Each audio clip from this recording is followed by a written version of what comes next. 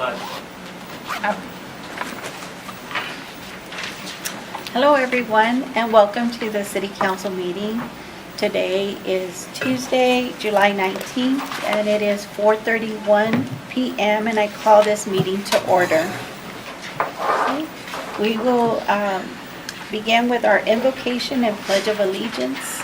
Our invocation will be led by Pastor Matt Moreno with BT Church, and Mr.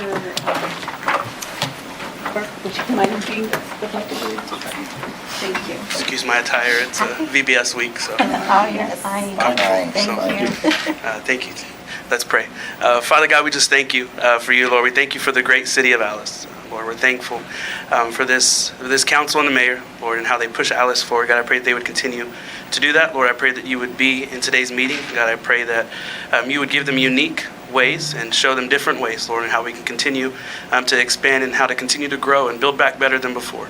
And so, Lord, I thank you for today. I pray that you would be here in this meeting present more than ever. I pray that we would show grace, we would show wisdom, and we would show peace through it all. Lord, we thank you, and it's in Jesus' name I pray. Amen. Amen. Would you please face the flag, hand over heart. I pledge allegiance to the flag of the United States of America and to the republic for which it stands, one nation, under God, indivisible, with liberty and justice for all. Thank you so much. Thank you, Mr. President. At this time, we'll move on to agenda item number 3, public comments. And it looks like we have several citizens that wish to speak. I would like to call forward Mr. Amador Garza.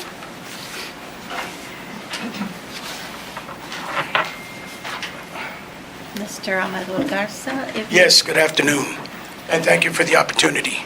I've got 2 concerns that have been brought to my attention, and so I just want some clarification, no more than clarification. And it's not something that we have to ponder today long, but we definitely have to make a plan moving forward so we can get clarification. The first item that I'm concerned with is that there was a selling of a building down Main Street for $1,000. I don't know what's going on, but I know that if that's out there, then I've got to ask myself, is that our property? And if that is our property, are we listing it where it needs to be listed so we can get a fair market value? I know that the school district, I'll be there in about an hour, they sold property out there. And I know that that property went out for crazy money. I mean, I'm talking about $100,000. This one went for $1,000. When you do, if you can give us clarification, if this is happening, then I'd like to know what process are you doing as a councilman, mayor, etc., to make sure that as a constituent of Alice, I'm making sure that I'm getting the best dollar for us, for our property. Now, if there's truth to that, I'd like it to be forward. If there is no truth to that, then we can ignore it. But if there is truth, and I will give you the address on our next meeting, then I'd like to find out why we sold it so cheap. I, as a property owner in Alice, know that there has to be equal levels of playing. And so if there's a property that's going to get sold, then it needs to be floored out there with real estate companies, making sure that Alice is going to recoup the money that it's worth. And so I want to make sure that that's the first concern that we'll address in the near future. The second concern that bothers me is that I hear that we have a disrupted, and this may be just my opinion, but we have as constituents, we vote people into positions. And when we vote these people into positions, it's because we expect them to be part of the representative government. That means we put them in office and they represent our vested interests. Now, if there is a gag claw by putting in some type of obstacle for a mayor to speak without a councilman or whatnot, then I'd like the clarification when we started this. Most importantly is because without the mayor or without the councilman, if I want it to be a relationship of checks and balances. As we know, the federal government has the 3 levels. We'd like to incorporate something of that magnitude at our local government. Because we know that we've gone from 20-some thousand to 17,000. So it's evident that we're doing something wrong. Alice is doing something wrong. And I know that there's been a lot of people out there, like myself, who have been very quiet. It's time to address it. It's time for you guys to address it. What are we doing? What do we need to do? Where are we going? We put you in office so you can represent our vested interests. Now, I'll leave you with a thought. I'll leave you with a thought, and that would be that we're stronger as we unify. We are stronger in numbers. If you run out of gas in your pickup truck, and you're only 100 feet from the pump, to push your truck to keep the motion forward by yourself is horrendous. Mr. Garza, if you could please complete your comment. Sure. So the comment is real simple. I want clarification. Can we have the mayor speak without a councilman when she has something to present? And unfortunately, Mr. Garza, we can't respond, or they can't respond. If you wait, when we take a break and get off the agenda item, then I can answer some of your questions. We can step out in the gallery, if you would. Okay. And on the other one, John, Yes, sir. any truth to the... I just Gotcha. need to, Okay. yes, sir. And those are my concerns. Thank you very much for the opportunity. Thank you, Thank you, sir. Mr. Garcia. Okay, we have another citizen that would like to speak, Miss Belinda Silva. An elected official is voted into office to serve the people in the community and its citizens. A mayor is the chief executive officer of the city and has a responsibility in providing policy information and making recommendations to the council. The job is also to be the chief representative in dealing with the media. Time and time again, we continue to see a councilwoman who maneuvers her way into radio stations, photo ops, etc. Numerous citizens and business owners have approached our mayor with concerns about not being able to place items on the agenda. As a problem solver, she decided to have town hall meetings so the concerns and ideas could be shared among the citizens. The first meeting was to be held at Anderson Park, and a reservation was made by our mayor according to city records. That same councilwoman scheduled a prayer meeting at the same exact place, date, and time without a reservation being made with the city according to TPI records. We can only hope that deaths of innocent children and teachers weren't used to stop an event from happening. This is not the behavior that a woman with a deep faith would show. Our mayor, of course, postponed her event out of courtesy and respect for the victims. But one must ask why a city councilwoman didn't see the need to follow the same protocol as required by all citizens for scheduling an event. It is these kinds of tactics that stop our city from moving forward. You have taken away the mayor's right to place items on the agenda without a sponsor. And at last meeting, you took it upon yourselves to retaliate against me as a sick and disabled woman. By law, you are required to make accommodations with people who have disabilities. There were 2 formal requests made by me to each council member, city manager, city attorney, city clerk, and mayor. And only the mayor and city clerk were gracious enough to respond back. Your actions continue to severely cause liability issues such as the verbal assault by the city attorney against me, openly discriminating against the handicapped, not collecting rent from city tenants, and using abuse of power according to that tenant, placing the safety of events at risk, allowing liability ordinance to be waived at your convenience. And a possible open meetings violation brought up by the mayor was not given due diligence. We will discuss that later. In the words of one particular lead city councilman, he states he has heard enough. I am here to tell you that we have had enough of your behavior in silencing people and will no longer tolerate it. We need to put in caring, responsible, empathetic stewards of the taxpayer safety and money. Our citizens and city deserve to have the best serving along with a hardworking and dedicated mayor. She has done more in her short tenure than some of you have in 7 years. Respectfully, give her her voice back and give us a fair chance of continuing to help our city succeed, whether we are disabled or handicapped.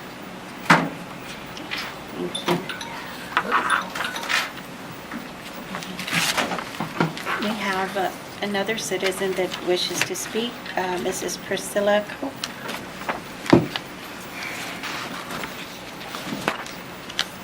Thank you. Dear City of Alice, my name is Priscilla Gonzalez Cope. I'm here on behalf of my community. and of the Alice City Council, Jim Wells County, and other surrounding communities. I am here as a concerned citizen, as someone who holds our city's best interests at heart, and when I say city, I mean its people. I ask you to rescind the ordinance that takes away our Mayor Carrasco's individual ability to place items on the agenda for city council meetings. I know some of her proposals deal with our public safety, economic growth, etc., to move our city forward. Mayor Cynthia Carrasco was voted in by the buena gente of Alice. I want her to have a voice. We all should. Thank you. Thank you. Thank you. And we have Mrs. Jennifer Duncan.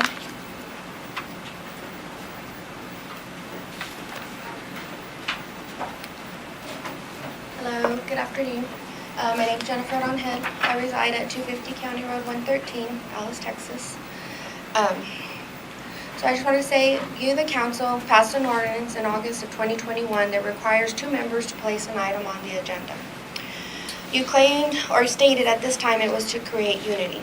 I don't know if this has been the case, but in my opinion, to create unity, there should be communication and willingness to work with each other for the betterment of our city and its citizens. I would think that by passing an ordinance like this, it would hinder production because you're taking away the voice of the people. By silencing the minority, and in this case, our mayor,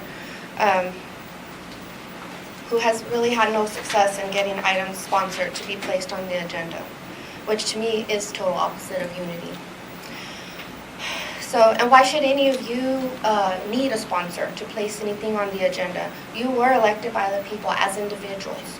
So, as individuals to come together and work with each other for Alice. So, and we get a chance to stand here and speak, for 3 minutes, and we appreciate that, but what does it really accomplish in the end? And that being said, I believe this ordinance needs to be placed back on the agenda so that it can be discussed and have action taken on it. Hopefully that action will be to reverse this ordinance and give each of you your individual voice back. And especially our mayor, who's the obvious minority in this situation. That, to me, would show unity among you all, as it should be. Thank you. We have another citizen that would like to speak, Mr. Cookie Rosales.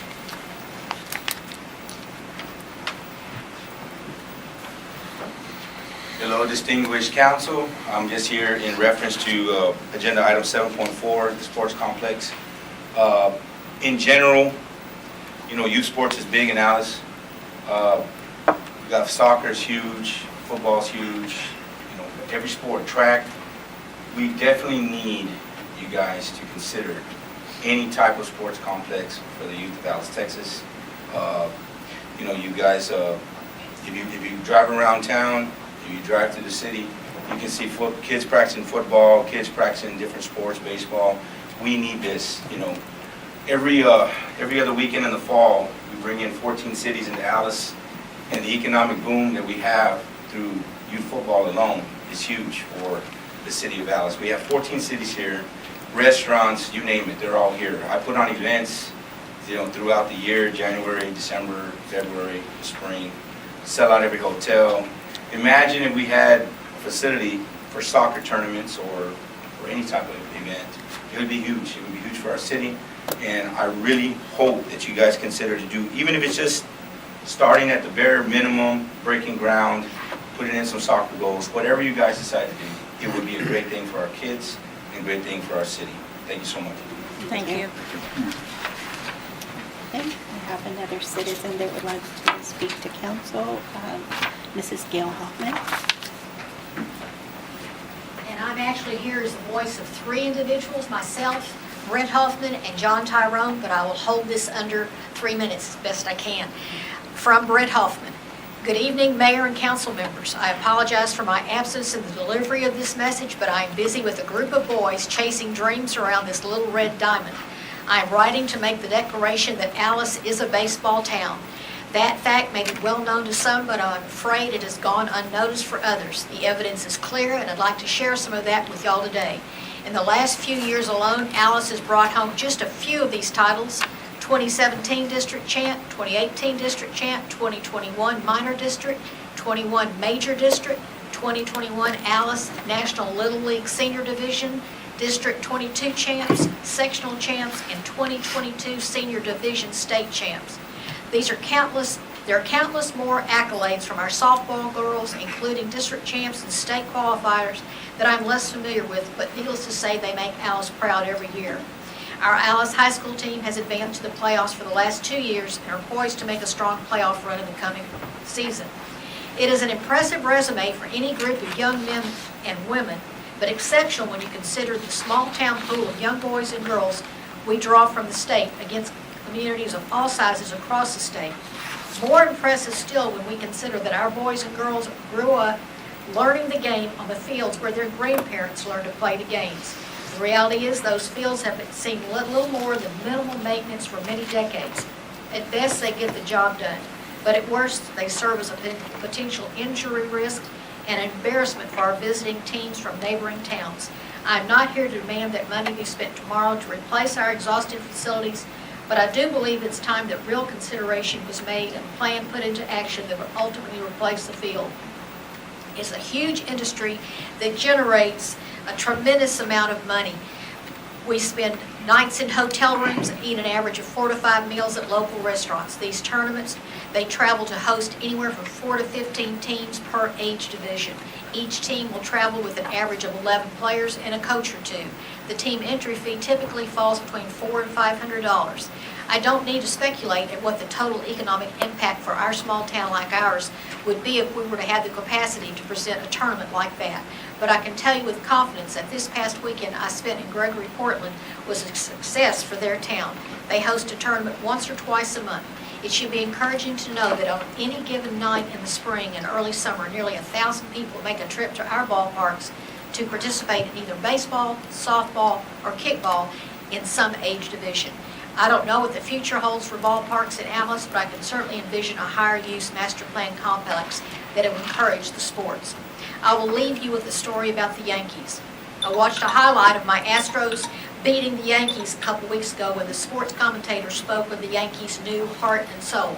The heart and soul of the Bronx Bombers is their catcher, Jose Trevino, a boy who grew up in Ben Bolt, Texas, and ran around these same red diamonds. And just a thought, because of my passion for economic development, these tournaments equate to heads and beds, which is money to our community in hotels, restaurants, and activities. Thank you. Thank you.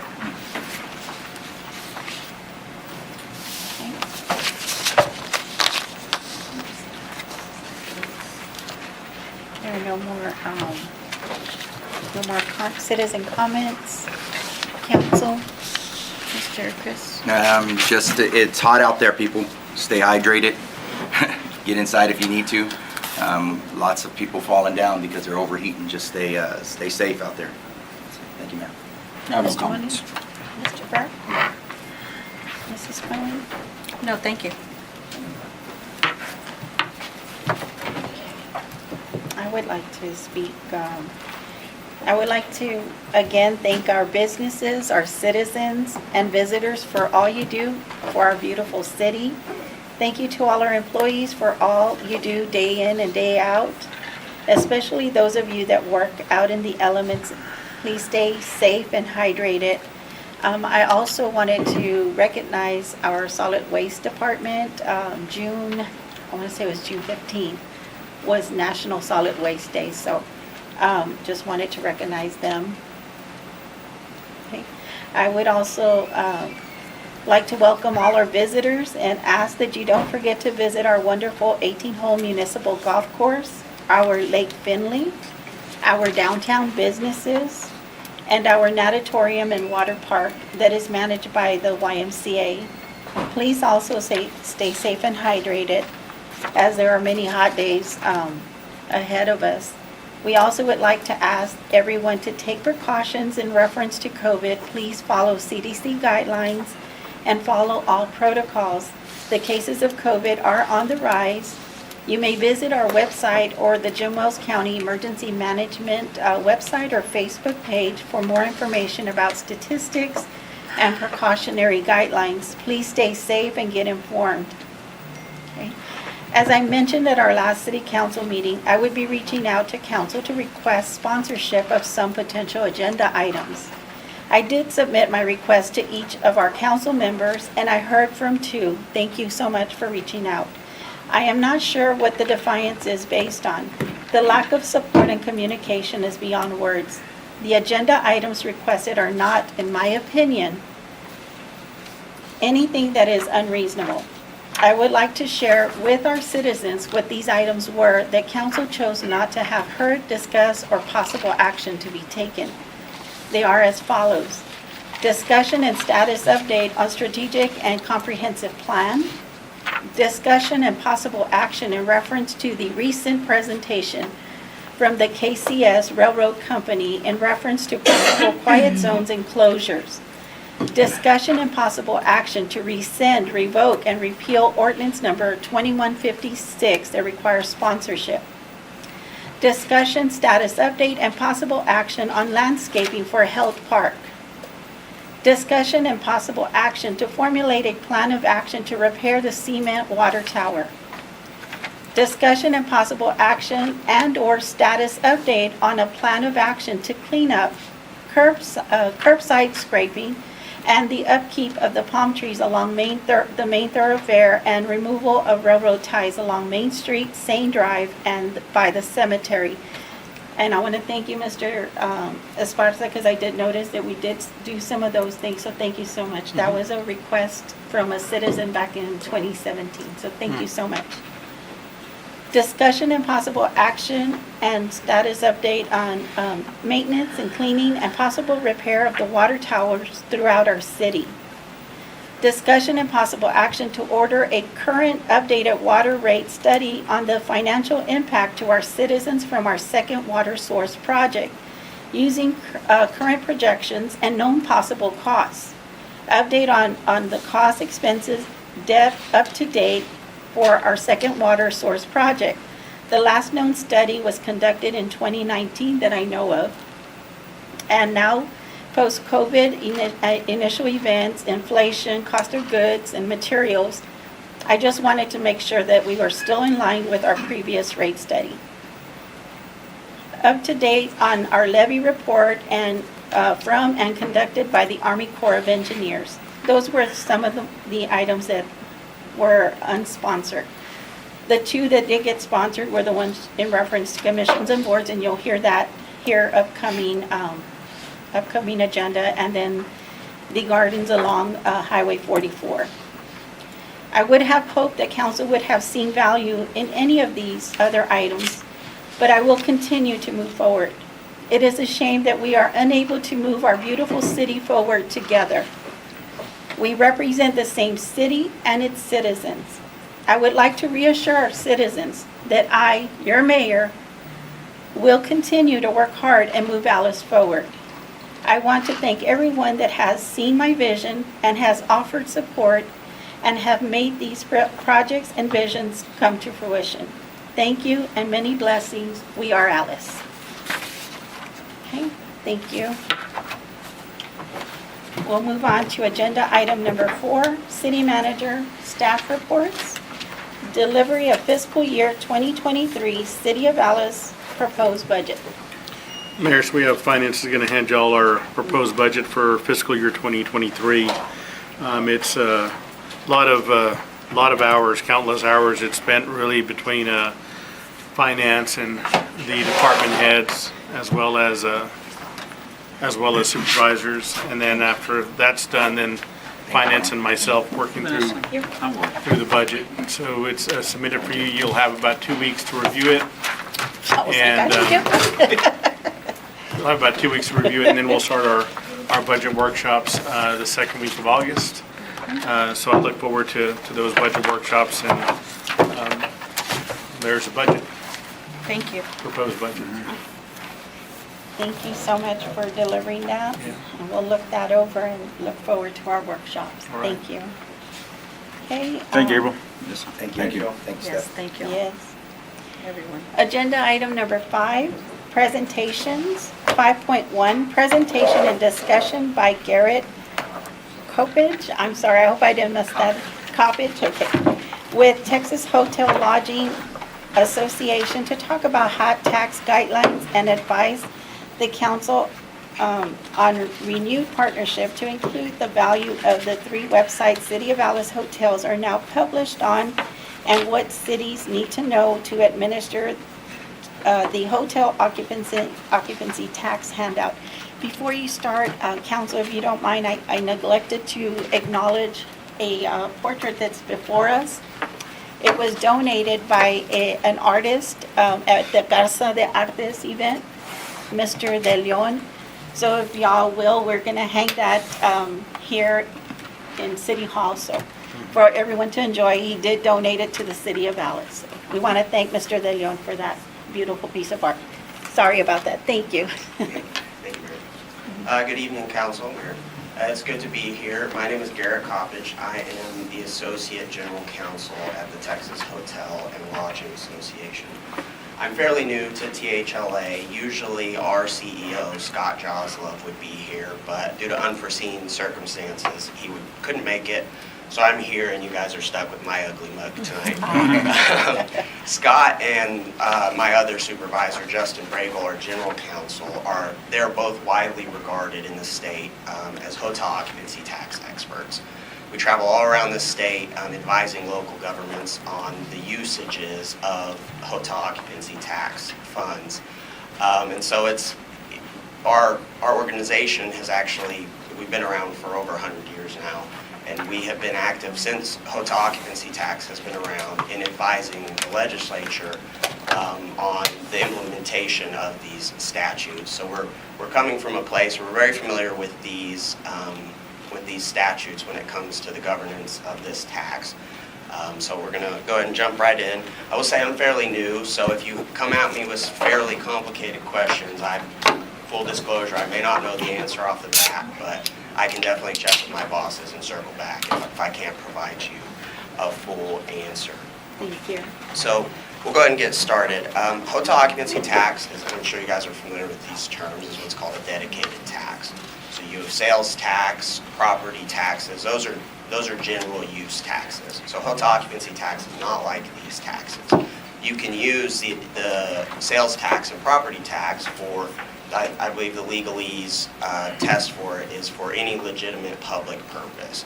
So for your roads, your schools, your parks, your public buildings, crime control, fire departments, and so on. The general use taxes are, fair game for those types of items. But comparing those with dedicated taxes, it's pretty different. So you have some examples of dedicated taxes are sales tax proceeds in a hospital district. Those can only be used for hospital purposes. Same with crime control districts that you see in some parts of the states. You can only use sales tax in those areas for crime control purposes. And so hotel occupancy tax is a dedicated tax, and it can only be used in the way that the legislature has set forth under Chapter 351 of the Texas Tax Code. So we're going to walk through all the ways that the legislature said this tax can be used. It can get kind of hairy at times and a little bit complicated because these statutes have evolved over time since the 60s. So it's a two-part test in determining whether an expenditure of hotel occupancy tax is allowable under the tax code. So we're gonna talk about both parts in depth. And we'll start with the first prong. The first part is that every expenditure of hotel occupancy tax must directly enhance the tourism industry and the convention and hotel industry. So let's break that down. Basically, so every expenditure, that means every dollar collected of hotel occupancy tax, there's no exception to that. It's every dollar must directly promote tourism. The tax code defines tourism as bringing people from another city, from another county or another state, country to your area. So every expenditure must directly promote tourism, and then there's that "and" there, and that's probably the most important word in this rule, and that's that "and it must promote the hotel and convention industry." So in other words, it's not enough that an expenditure would bring people to your area, would promote tourism, but it also has to promote the hotel and convention industry. And that's raised as that's measured as essentially by having a direct impact on hotel business. So this can, everyone's heard the old saying, heads and beds. So it's bringing heads and beds, but also it can be the sales of meeting spaces and convention meeting spaces such as that. So room nights sold, but also meeting space sales. And so you have to have an impact on tourism, but also an impact on the hotel and convention industry. I'll give you an example of a time that we had a proposed use of hotel occupancy tax that didn't meet this first part of the test. We take calls from local governments across the state and advise them on the use of hotel occupancy tax. So we got a call from a mayor from a city here in Texas, I won't tell you where, but one of our attorneys had recently done a seminar there and had stayed overnight. And so the mayor called and wanted to know if he could use hotel occupancy tax to redo their water treatment plant. And he called one of our attorneys named Justin and said, "Justin, you stayed in a hotel, right?" And he says, "Yes." He's like, "Well, did you drink the tap water?" And he said, "No." He's like, "Well, if you did, you would have remembered it because it had a foul taste." And so the mayor was like, "This is bad for tourism. No one wants to come to our city and stay because the water tastes so bad." And so unfortunately for that mayor, we weren't able to tell him that that was okay. It was not allowable because it failed this first part of the test. Because sadly, no one's coming to your city, that you're not drawing tourists to your city into hotels because your water doesn't taste bad. So these uses have to have a tourist and hotel impact. And so that's the first prong. It's fairly straightforward. We'll move on to the second prong.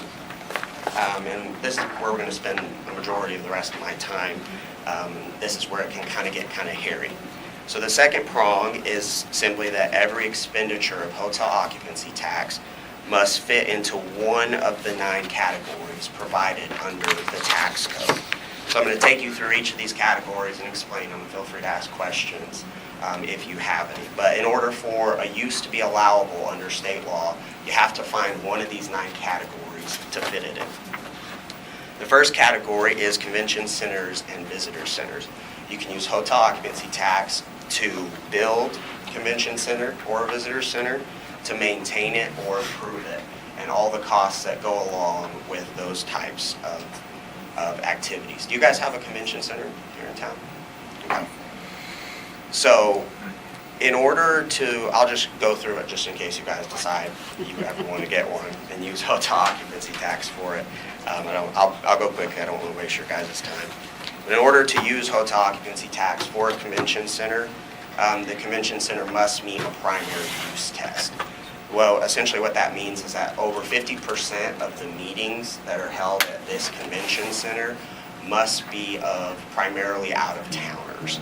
So it has to be convention-type meetings. And to determine this, you simply look at the calendar. If you have 100 dates booked for this building, 100 events booked, 51 of them have to be primarily meetings of out-of-towners, convention-type meetings. So essentially what you need to take away from this is it can't be your local community center. It can't be a building that is purely for local use. You can use hotel occupancy tax for visitor center, and that's essentially where tourists go when they come to town to find out more information about your area. Do you guys have a visitor center? A lot of times it's in the Chamber of Commerce, but you can use, and a lot of times it'll just be a kiosk. So it can be an entire building or just a small area in your Chamber of Commerce or even here at City Hall. And so you can only use hotel occupancy tax in that situation to the extent to cover the areas that is used as a visitor center. But that also would include staffing, so that is an option for hotel occupancy tax as well. The second is really mostly applicable to larger cities, but who knows, maybe you guys will have some big events. But the second category is the registration of convention delegates.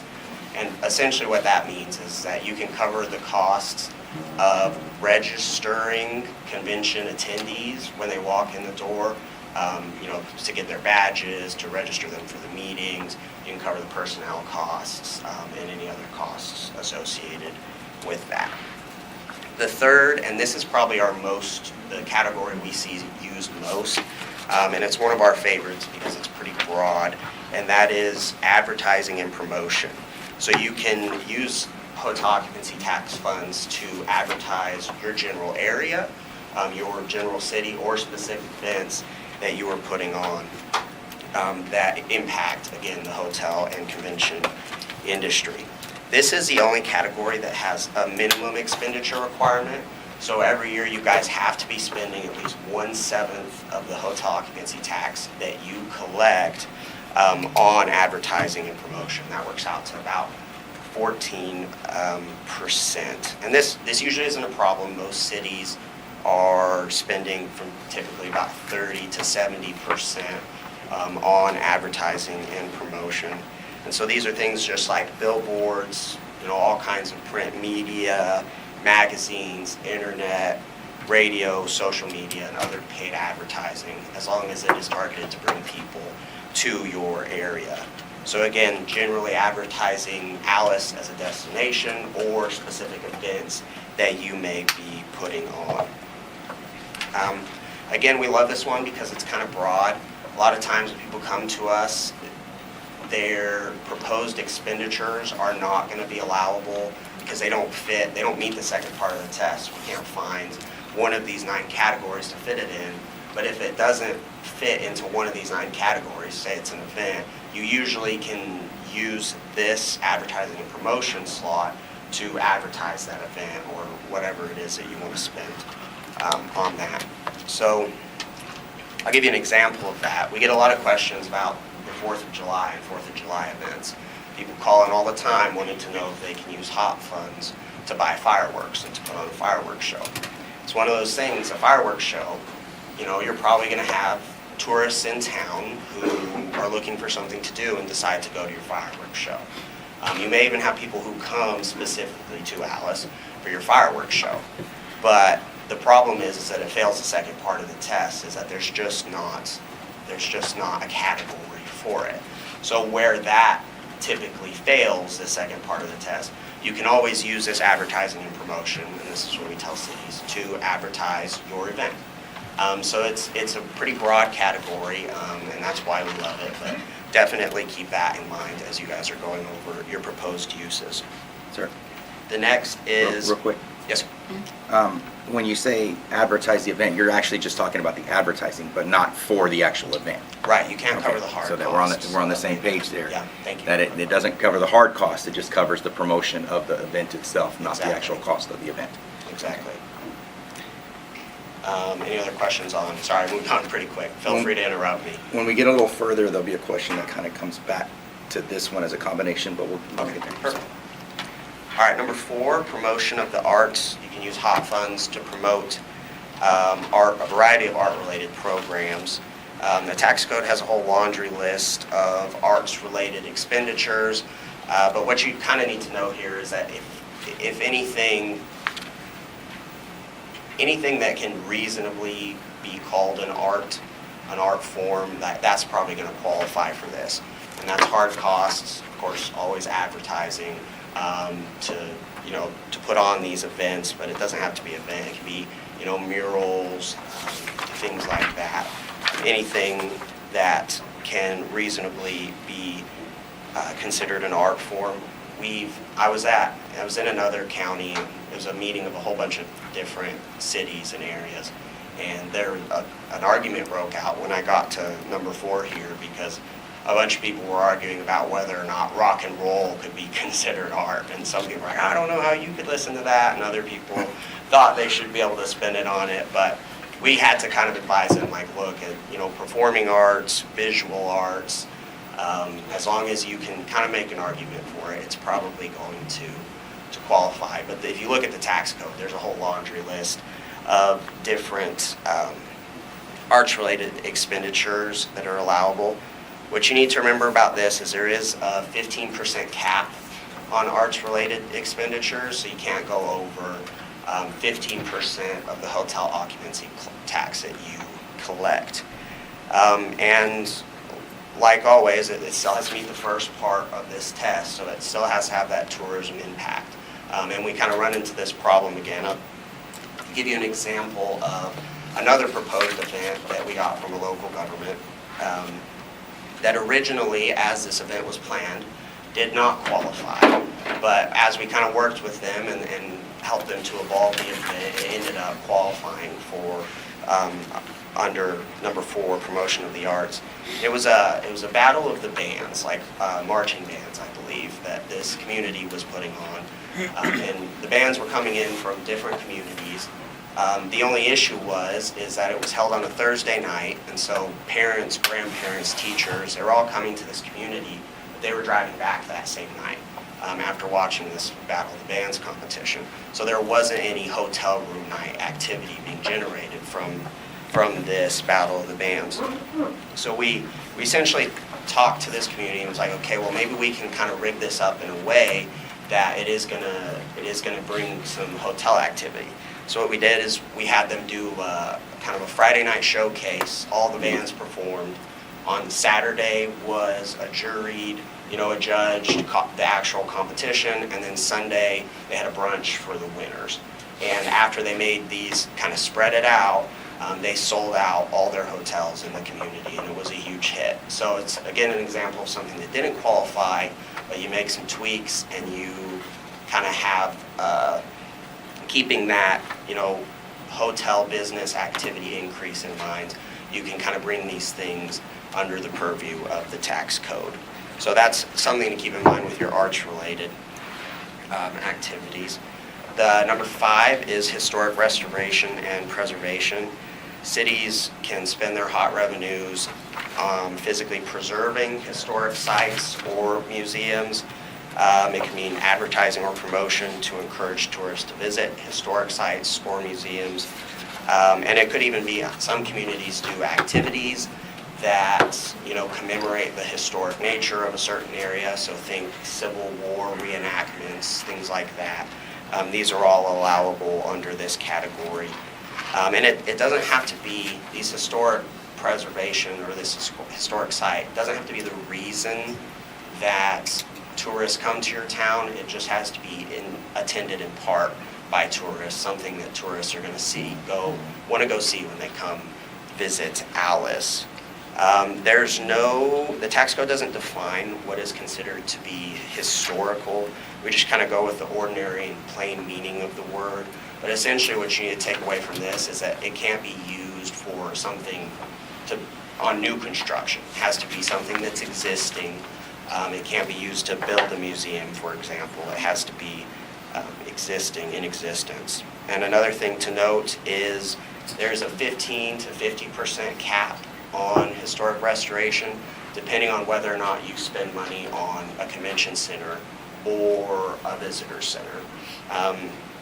So 15% cap if you're not spending hotel occupancy tax on a convention center or visitor center, 50% cap if you are making expenditures on a convention center. 6 is sporting-related events expenses, and this applies only to cities in a county under $1 million. And I believe you guys are in a county Yes. under $1 million. Is that correct? So this would apply to you guys. So there are 2 requirements you must meet if you are going to spend hotel occupancy tax on sporting-related events. And that's first, the event must substantially increase economic activity at area hotels. No surprise there. And the second is that a majority of the participants in the events must be tourists to the area. The tax code doesn't define what is substantial economic activity, because that really is going to differ from community to community. So it's really up to you guys to decide what is considered, substantial economic activity. So these would be events like UIL tournaments, high school tournaments, but also it's not limited to just that. I think it was put in place with that in mind, but it's not limited to just high school tournaments. And you can cover the hard costs of these events. So yeah, that is sporting-related events. But the point is, for this increased substantial economic activity and majority of the participants being out-of-towners, means that this can't be your local Little League or Friday night football game. It can't be purely local. So that is sporting-related events. Any questions on that one? Go circle back. Okay, we're going to circle back on What, that. what code is that, or what part of the? Number 6. It's six. Specifically the sporting relates. I don't Yes. have this off the That's top of my okay. head, but I can get it to you. Okay, Yeah, thank sorry you. about that. That's okay. All right, so the next, it's kind of similar, sporting-related facilities. And this, you have to have special legislative authority, bracketed legislative authority to qualify for this. And if that's something that you guys are interested in, we can set up a meeting with our CEO and general counsel and talk about maybe getting that type of bill passed for you in the upcoming session. We're putting together our program for the upcoming legislative session right now. So if it's something you're interested in, it's something we're happy to help communities with. And so you have to have this special legislative authority, and some of the qualifications are, if you're going to spend hotel occupancy tax to improve, it has to be improving a sporting-related facility, so it must be existing, and it must be city-owned, so the city is going to have to own it.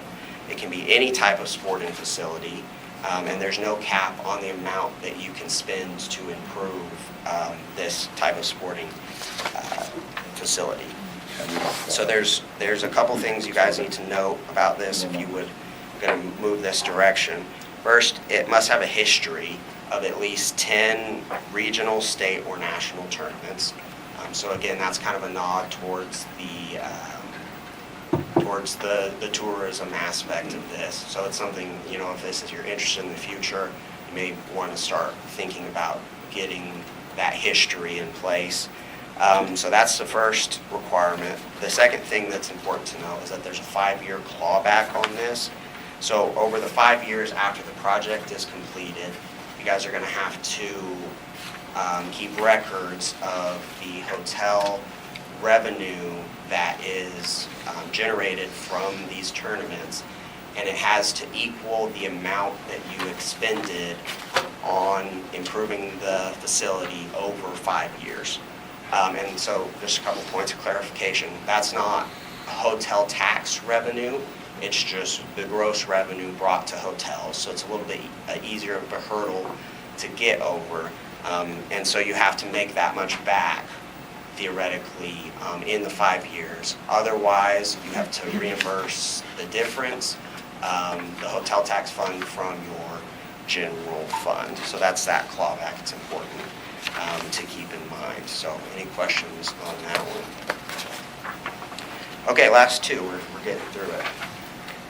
8 is tourism-related signage to area attractions. So you can spend hot funds on signage, but it has to be, it can't just be your welcome to Alice sign. It has to be pointing to your local attractions, maybe to your golf course. I heard you guys mention a lake. This is the first time I've been here to Alice. A beautiful city, by the way. Thank you. We love it here. People are so friendly. Thank you. And so not general street signs as well, and so just directional signage to your area attractions. And this was kind of put in the tax code with Texas Department of Transportation signs in mind, because we know those can be really pricey. So this is an option as well if you guys are needing signage. The last one is number 9, shuttles of tourists to area attractions. So if you're hosting a large meeting or event, you can cover the costs of taking people, the tourists, from their hotel to a convention center or to the area event and back. It just has to start and end at a hotel. So again, it's only for tourists. This can't be, there's a AG opinion out there that this can't be used for general, just general public transportation. So it can be from hotel to hotel or hotel to a convention type center. Must start and end at a hotel. And so that is the 9 categories. I know you guys mentioned you might want to circle back on some of them. Yeah. I'm happy to do that now. Council, Ms. Bowen? Can you elaborate a little bit more on the signage for our city, like marketing our city? Can we do something with I mean, is it supposed to be like just in town, not, I mean, coming into town, but not in our city kind of signage? Yeah, and that's an interesting question, because a sign that is outside of your city, that could fall into, it's probably going to fall into marketing. Okay. Or the advertising and promotion side Right. of things, so you can most likely fit it in that one. And if the sticky part with number 8 there, the related signage to area attractions, that really has to be directional. So, I mean, if you put on there, Alice this way, probably would work, but I would use advertising and promotion for if you're going to use, or if you're going to put up signs outside of the city. Yeah, to advertise that about, our lake and our parks and Exactly, stuff like billboards, that. stuff like that. Billboard stuff. absolutely. The green Yeah, that signs. would work.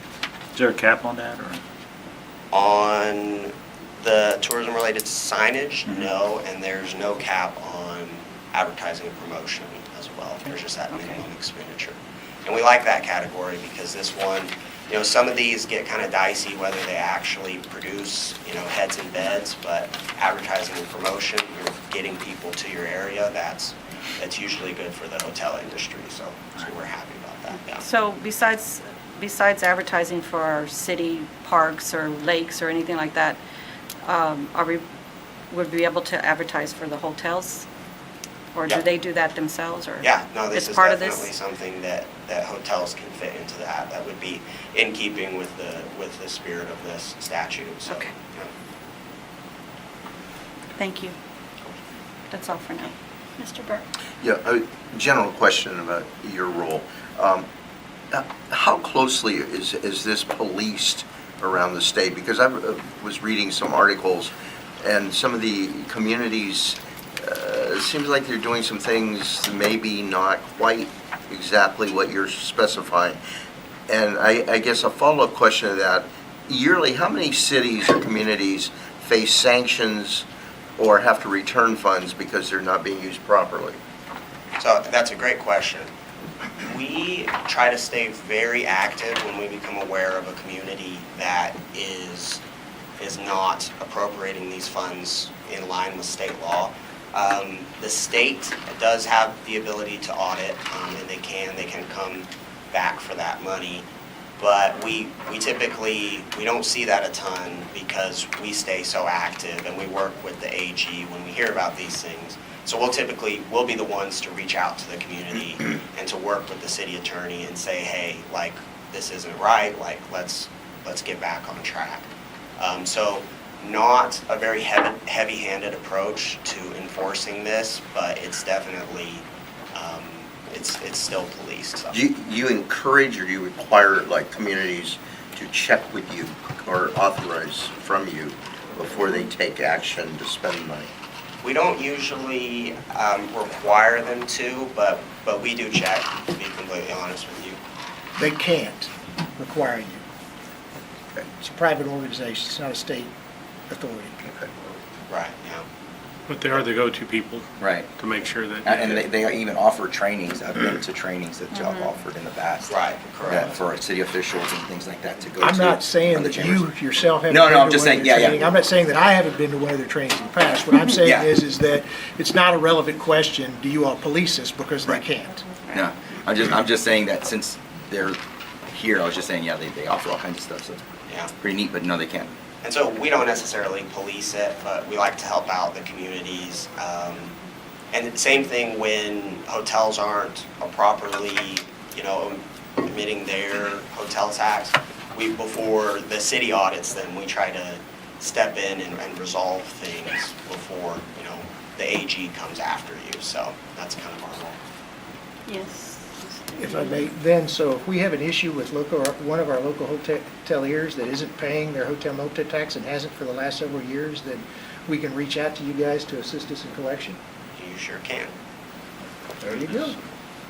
It sounds like that will be happening. It will. Thank you. I'm glad you're here. Yeah, and so we really just do take the approach, we want to be problem solvers and, Right. not get things worked out if we can before, Before it gets that far. things go to court, so, Mr. Burke? No, good, thank you very much. yeah. Informative, thank you. Mr. Molina? No questions, thank you. Very informative. Learned a lot. Yeah, and I was also instructed that, to talk to you guys a little bit about your membership. You guys just renewed, is that correct, with THLA, group membership? Yes. Yeah, but, Mayor, if I may. I have questions. Oh, okay, go ahead. Can we No, get, you- you want, Mr., you want to? Lift him out. Yeah. Yeah, because I was making notes. Give me a second here. No, so one of the things that was proposed as an agenda item, I knew we'd be able to address here, and I have questions in regards to it. We have a historic water tower. Okay. Okay, we've got an opinion from our city attorney, and I just wanted to carry it forward and just see. It is the world's tallest cement water tower. Okay. It's fallen apart. Okay, as a historic site, can we utilize funds to rehabilitate that? It's in the middle of town. Every single festival that we have sits pretty much underneath it. And we currently, we're also talking about advertising on top of it too, right? So we have our 2 Nobel Prize winners that we have on our billboard signs that we advertise for the city of Dallas, putting some kind of a mural art, thing up there along with our city logo and so forth. Is that something to consider? Is that something you need to go back and come back to us on? So as for the mural and the stuff that you're painting on it, that's probably going to be okay. As for whether or not you can cover the hard costs of, are you redoing it or No, just Refurbishing it. just kind of giving it some sprucing, maybe resetting some foundation work, and it's We're trying to preserve it. yeah, It's gonna preserve cost it, money. yeah. preserve it. I mean, it's not It's not a paint falling job. apart, like if it's like to the ground. No, Yes, it it just is. needs some love. Okay. That we can throw some things in there and maybe re-support some of just the structure. Okay. And to get it back to presentable and sustainable where it's not gonna, potentially fall down on us in the future. Right. So talk to me again about your argument for why it would be historic. You said it's the tallest. Is it officially in the Guinness World Records for the world's Okay. tallest Cement. cement water tower? Sorry. Okay. Yeah, so Yeah, it's pushing over 100 years old, or right around 100. I think Esparza has some comments on this as well, or no? Yeah, no, I mean, it is in the Guinness Book of World Records. It's where we were talking about, and I think, and I had a conversation with Justin Okay. about that before. When we were doing the branding, we have 2 Nobel Prize winners that were born in the city of Dallas, which is extraordinary to have, 2 from a small town of, 18,000 people. And so before we got those billboards in town, we talked to him, and he's, talked about the branding aspect of Alice and how those would qualify under branding, and I guess the advertising or the tourism signage actually with the branding. The advertising, and- you branded the Right. city. And then we talked about the cement water tower. So what we were wanting to do is utilize that same branding opportunity on the water tower along with City of Alice logos and things of that sort. But of course, it's going to need some rehab when we do that. And so we were going to talk more about that after we came up with a plan. The question on that is are these 15% or 50%, either one, they can be banked, of course, right? If you don't spend it 1 year, you can carry it over. I believe so. Okay. That's something I would have to circle back on. Okay. I don't know if your city attorney has a more clear answer for you on that. And as for the rehab to the actual water tower, I don't know what Justin told you, but I would, just from hearing it right now, it kind of seems like it's a gray area. Like it's kinda Well, right there it's in not the in middle. use, so we're not using it. It's just for historic Okay. value. Yeah. Okay, gotcha. Yeah, it's not something that we're using Functional. as a water tower. So, I mean, maybe yes, but don't Yeah. take me Okay. at my word. I'm gonna have to talk to Justin about Sure. that, and I can get back to you. Maybe we can hop on a call and Okay. circle back to that one. But I don't want to lead you guys wrong. I'm still the young buck here, so. Yeah, I know that we had an opinion. It's going to throw me into it. That after Mr. Esparza spoke to Justin, it appears that there's 2 bases under the statute that allow for Okay. it to be rehabbed as used. One, it's historical. It's an area landmark. It turns up in photographs that describe our area shoot for the last 50 years right here. We branded the city of Alice. The lone coyote has been, and so it's one of those things. So we could do it as branding our city of Alice and also the historical nature of it. And the tallest remaining cement water tower in the world. Yes. And it's one of our downtown, cowtown attractions. So it's pretty clearly historic. Yeah, and it's right here. So It's any, not and we hold festivals designated right here. historic, right? Okay. yet. Wouldn't matter. It's There's just the history Very- that There's we no have it requirement that we have to have it Designated. designated historical landmark. Okay. And people do come to come see it. Yes. Okay. So, and then, okay, I appreciate that. The next one is there a radius or anything in regards to advertising, promotional dollars, billboard signage, anything like that we have to service outside the city, or it has to be outside the city, or anything like that pushes us to say, hey, you can't be within the city limits if you're doing advertising, or is there anything like that? Not under state Okay, good. law, but it's really kind of one of those things that is up to you guys to determine whether, the advertising you're doing is actually far enough out to be bringing tourists in. So it's Right. really up to your guys' discretion on that. There's nothing under state law that would. Now, require that. Okay. under number 6, you said that we're under a million people. Here in a little bit, we have an agenda item in regards to talking about sporting complex ground up. Okay. Is that something, well, we do host a lot of tournaments. We get in a lot of people, like you said, between football, baseball, softball, youth events. Not necessarily looking at any adult events, but which I think brings in more people because now they're traveling, parents are traveling in with their kids and they end up staying in our hotels and they get pretty booked. Is that an acceptable usage of it to say, hey, we're going to dedicate X dollars to build this complex? I don't think that you would have the authority to go ground up like that. Maybe existing, you get into number 7 there, but. But we don't fall under any of the categories in number 7. Right, so I don't think that using hot funds to build something from the ground up is something that's going to be allowable. But once you have it, this one really relates to covering the hard cost of events, it doesn't mention, the tax code doesn't mention anything in terms of actually building a sports complex. So don't have good news for you there. Man, Okay. did you have a question too? No, I'm done. Okay. And then I had one more, I wrote it over here somewhere, sorry. Well, no, it was the banking question, because we're sitting on some funding right now, and that's what we were looking into, is the banking aspect of 15% versus whatever, because historic, we don't have a convention center, so we're capped at the 15. Well, but you said visitor center or convention center. That's Yes. correct. What's the definition of a visitor center? Well, Right we now, have- we're utilizing one right here and one at the multi-use sanatorium. We have an area where we have all the flyers and everything like that, so we have 2 that we Right. spend money on. And you're using hot funds for that?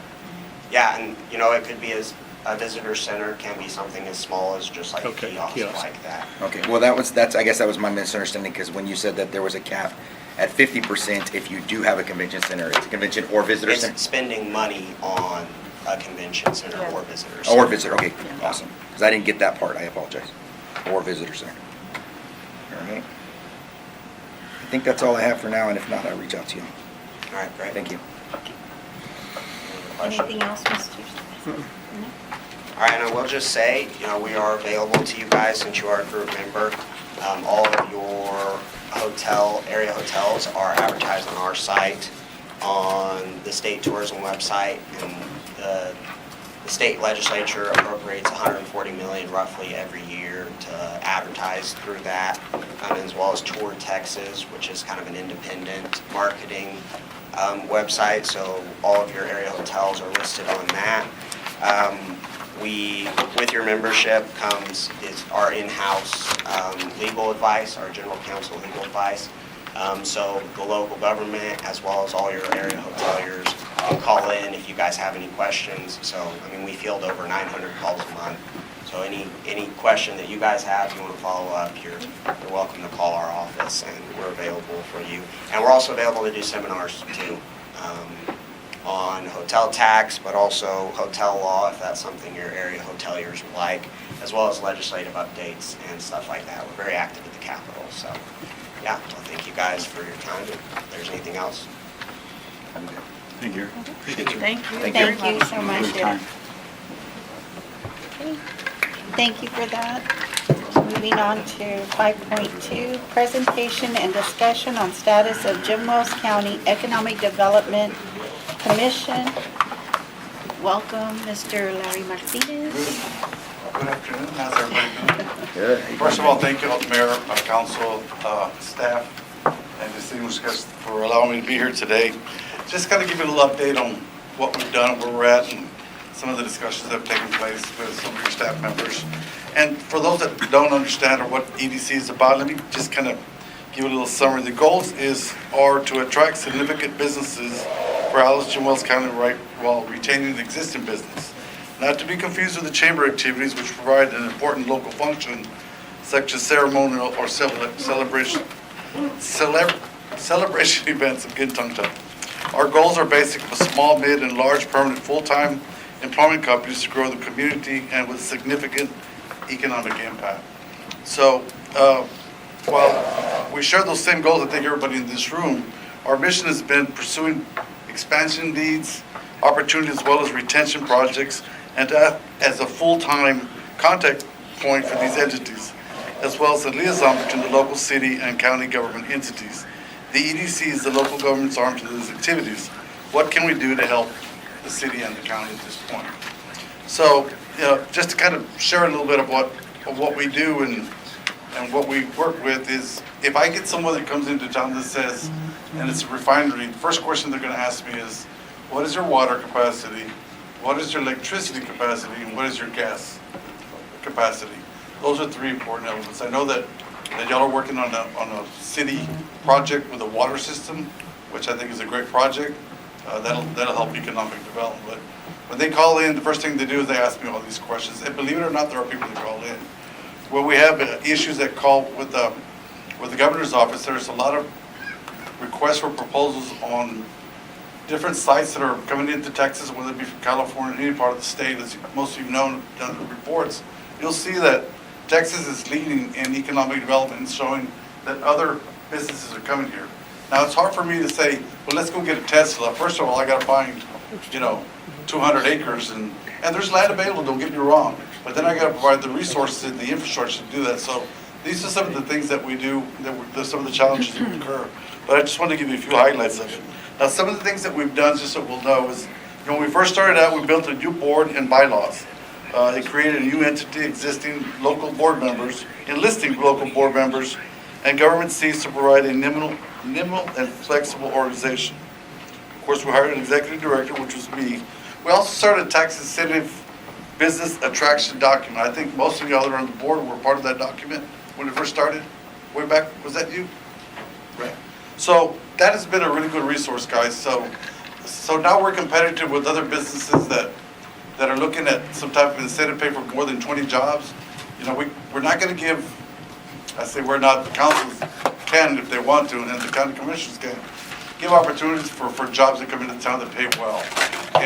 If we give a job that comes, if we give 10 jobs that pay $7 an hour, that's not really a big highlight. I need jobs, and I think we all want jobs that pay the minimal amount or the maximum amount so that we can keep all our citizens here with jobs that provide here in town. Again, I've talked a little bit about fulfilling our mission with the process of greenfield recruitment of new businesses based on required land criteria, the location, through direct contact with the governor's office. We average maybe 1 or 2 hits every 2 months. So in order for me to apply for those or to be eligible for those, I have to meet certain criteria. So some we'll try to apply for, and some we won't because we don't meet the criteria. We worked on some housing development projects. I know that I've met with the mayor on some of these projects and some of these individuals that are wanting to come here and do some projects. And we've met with them to kind of give us some help and help expand some of the issues that they have in reference to that. Back in 2018, we did a housing study for the city and the council. I think one of y'all gave some money towards that fund as well. That's an old fund. That's going to have to be looked at here pretty quick because I'm getting developers that are asking about the most recent housing market study. I am so tired of my words. The Indigo retention project, I think Ron was part of our luncheon, where we worked on a project for 2 years. Project size was about $3.5 to $5 million. It granted about an additional 300 employees with an east and a west campus. It's a 3 to 5 year project. They made a land acquisition and they made a purchase of some property. They're looking to get city water and sewage tie-ins as some other things. We led that thing for about 2 years. That was a long project, but we finally got it done, and we're happy to say that the average salaries in those jobs are about $67,000. So for Alice Jim Wells County, that's a step up for us as well. We've done some work with Coastal Bend College and the Del Mar collaboration efforts. We're working on some projects with them on looking at what is it that we can do to provide regionalism in Alice and Jim Wells County. How is it that we can provide an opportunity for people to come here and train and study and provide jobs for anything that had, mostly from the health market. You know, the health industry is the largest industry in Alice, Texas right now. It supplies probably about 4,500 jobs. So we're looking at trying to capitalize with that, and we're involved in some meetings with Coastal Bend College in Del Mar, and actually in Kingsville as well. So again, we're always looking for opportunities, and we're looking at participating in some stakeholders meetings as well. When we assist in presenting Alice Jim Wells County goals and community shared information with local elected leaders and collecting data to share with Commissioners Court, and also disperse some of the American Relief Funds. You know, we've met with the county and we're looking at doing we had some town hall meetings. So we're finding ways that we can help cities within Jim Wells County, and of course Alice is included, for future projects and developing action plans. A resource for informational contacts. We provide new developers for business looking for information. I expand a little bit about that. We also build relationships with state and national elected officials. We've worked with local state representatives, state senators, and the governor's office to secure grants and monies for potential projects in the near future. We've applied for some monies and we've gotten some grants. So we're always looking for opportunities. I know that, you know, there's things that we want to do in downtown and find ways to improve facades. We're always looking for grant money and ways to match so that we can assist our local business owners, not only for creating new businesses, but for expansion as well. Developing local study and survey collection data. We've worked with the University of Texas in Austin and the University of the Texas Rio Grande Valley, and we participated in a regional survey with the Texas Land Office. This information was disseminated both to the City Council and the Commissioners Court. So I did provide you all some information that was beneficial at some point. Again, we're trying to submit as projects as we can. We're working with as many people as we can to try to do these projects, because EDC is not something you just turn on in one day, guys. EDC is a work in progress. So different types of opportunities to work with people. There's Type A and B Economic Development Corporations. Back in '79, the Development Corporation gave the cities the ability to finance new and expanded business enterprises in their local communities through the Economic Development Corporations. There's different types. There's an A, there's a B, and each one of these have different things that you can solicit. Like under the B's, and we're talking about the sports stuff. Under the A, which is development industries, type A's are typically created to fund industrial development as such as business, infrastructure, manufacturing, and research and development. These can also be used to fund base alignment, without a base, job training classes, and public transportation. Type B's are, they can fund all projects eligible under Type A, as well as parks, museums, sports facilities, and affordable housing. So you see there's different opportunities under the sales tax that you can do with those things. So it depends on what the council and what the Commissioners Court want to do and how we work together. So we're always trying to find ways to be innovative. We're always trying to find ways to incorporate everyone. I know that I've talked to some of the council members.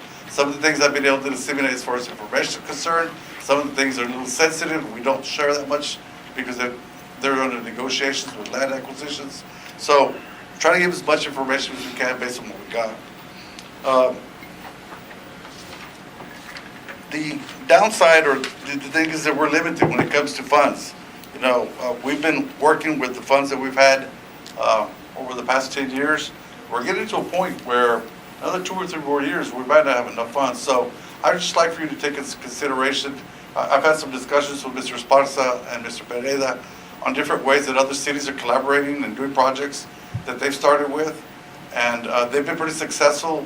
We've been meeting with some of these individuals, and they've been disseminating information to us that maybe we could look at, or opportunities to look at. That we don't want to reinvent the wheel, but maybe we can improve the wheel. So I'd like to ask that you take into consideration, if you're in the deliberations, now that your budget is coming up, if there's anything that y'all would like to look at, or how we could make it better, stronger, and more efficient. So one of those things that I know in the way they did the development and how they did their funding was they included the school, the college, the county, the city, and some of the business communities. So, like I said, we've had discussions with Mr. Esparza and Mr. Pereira. We'll continue to have discussions, and if you have any questions, feel free to call me or to call Mr. Esparza. Some of the things that we look at are site selectors. I know the mayor had looked at some site selectors. Of course, we're going to look at the new market housing study, the tiers, the tax incentive plan, and then we need to share what are the goals for 2023. Before you know it, the budget's going to be here. You guys will be looking in October, and time goes by fast when you're on the council, guys. So I just want to share with you and give you an update what we're doing, what we've done, and if there's anything that I can help you with or work with you with, please feel free to call me. I am so sorry for being tongue-tied today. Normally not like that. At least my Mr. wife says Chris? that I'm not that way. I'm gonna ask for something, because I know that you're asking us to evaluate things for the budget. I'm gonna ask if you could get together an official list, historically. I know it's hard because you haven't been there. You've been there for a while, but you haven't been there from the beginning, or especially over the 10 years when this funding was put in place and so forth. But of projects that have been addressed and worked on, maybe not successful, but then in addition to that, a list of successful projects. Because, we know that you're out there working, we know everything's going on, we know that before everything that, there were things in the works and what have you, but when it comes to actually funding, organizations or whatever, there's also a success rate that we need to be able to evaluate. And I'm not saying that you're not successful, by no means, but I want something put in front of me that says, hey, this is what we've been doing, and this is where we've been successful, and this is where we haven't, and this is where we're going, and this is how we plan on changing it. I know you came in and gave a great presentation. Don't get me wrong, I appreciate all the information you gave me, but that kind of a list makes a big difference when you're evaluating. It's business, right? It's a business, the business of business. Well, we can go back. No, absolutely. That was one of the things that my concerns was. I don't want to come over here and say, hey, this is what we need, this is what we want. Well, I'd have something to back it up. You know what I mean? And I can tell you that, and this is how much I've been involved in this way back when we first started this progress, and I don't know if you were on the council or not, Michael, we actually initiated the EDC plan, 25 years ago. And there were a couple of projects that worked really well.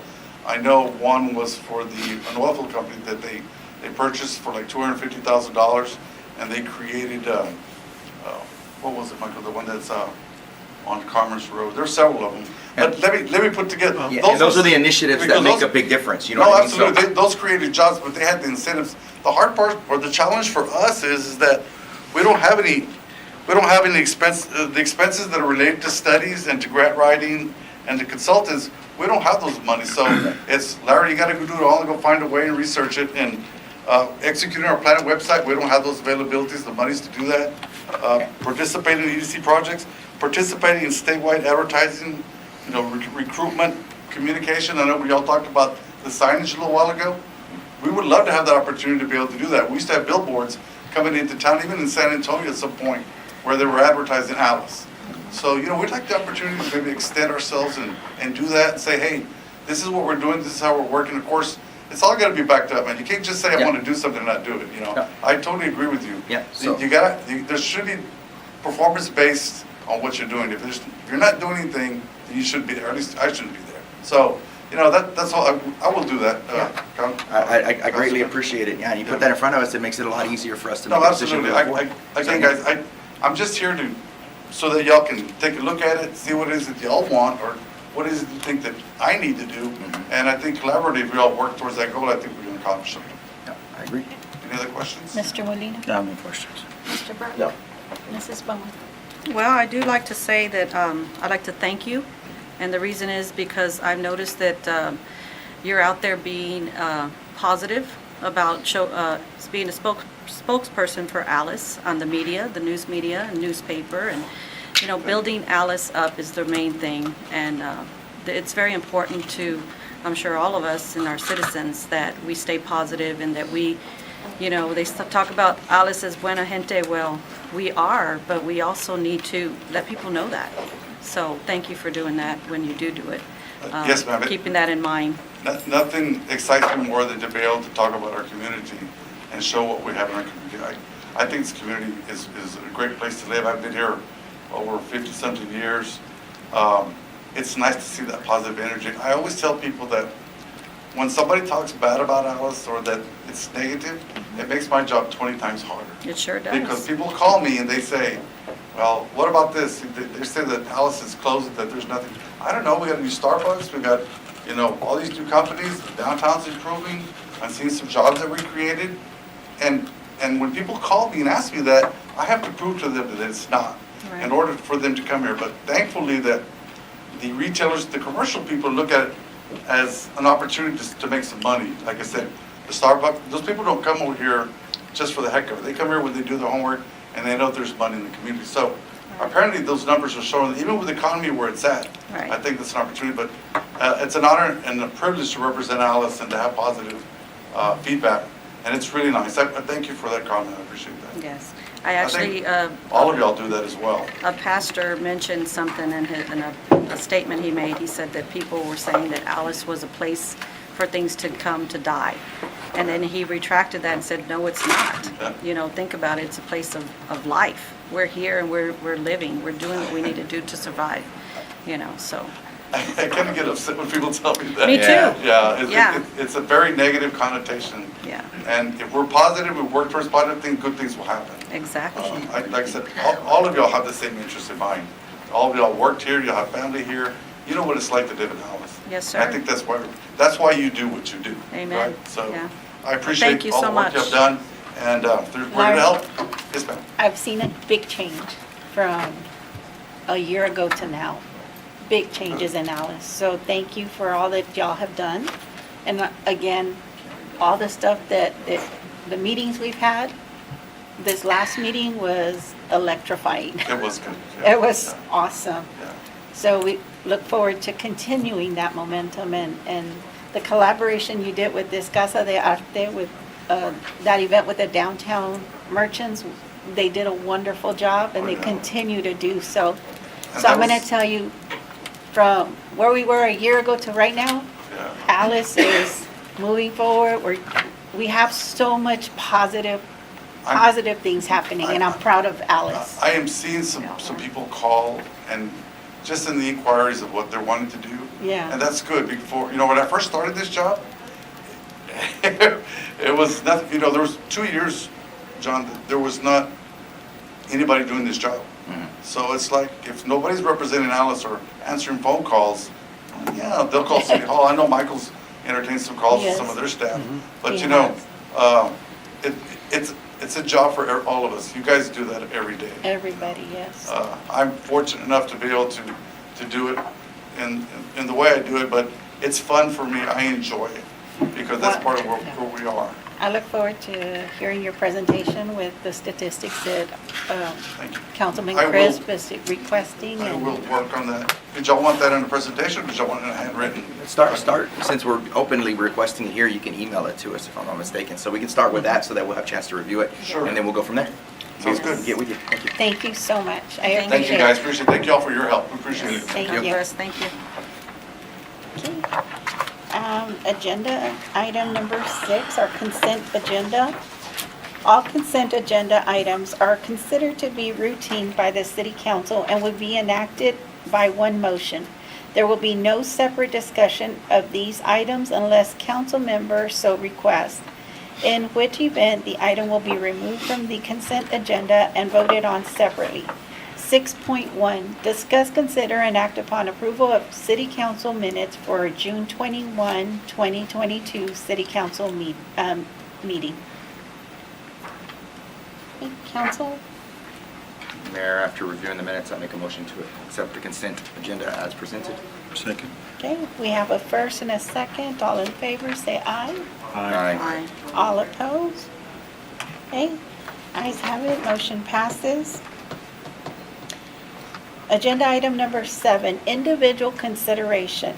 7.1, conduct a public hearing to discuss, consider, and act upon alcohol variance application to sell for retail off-premises consumption wine and beer at 301 North Johnson, which is within 300 feet of a public or private school, church, hospital, daycare, or childcare facility.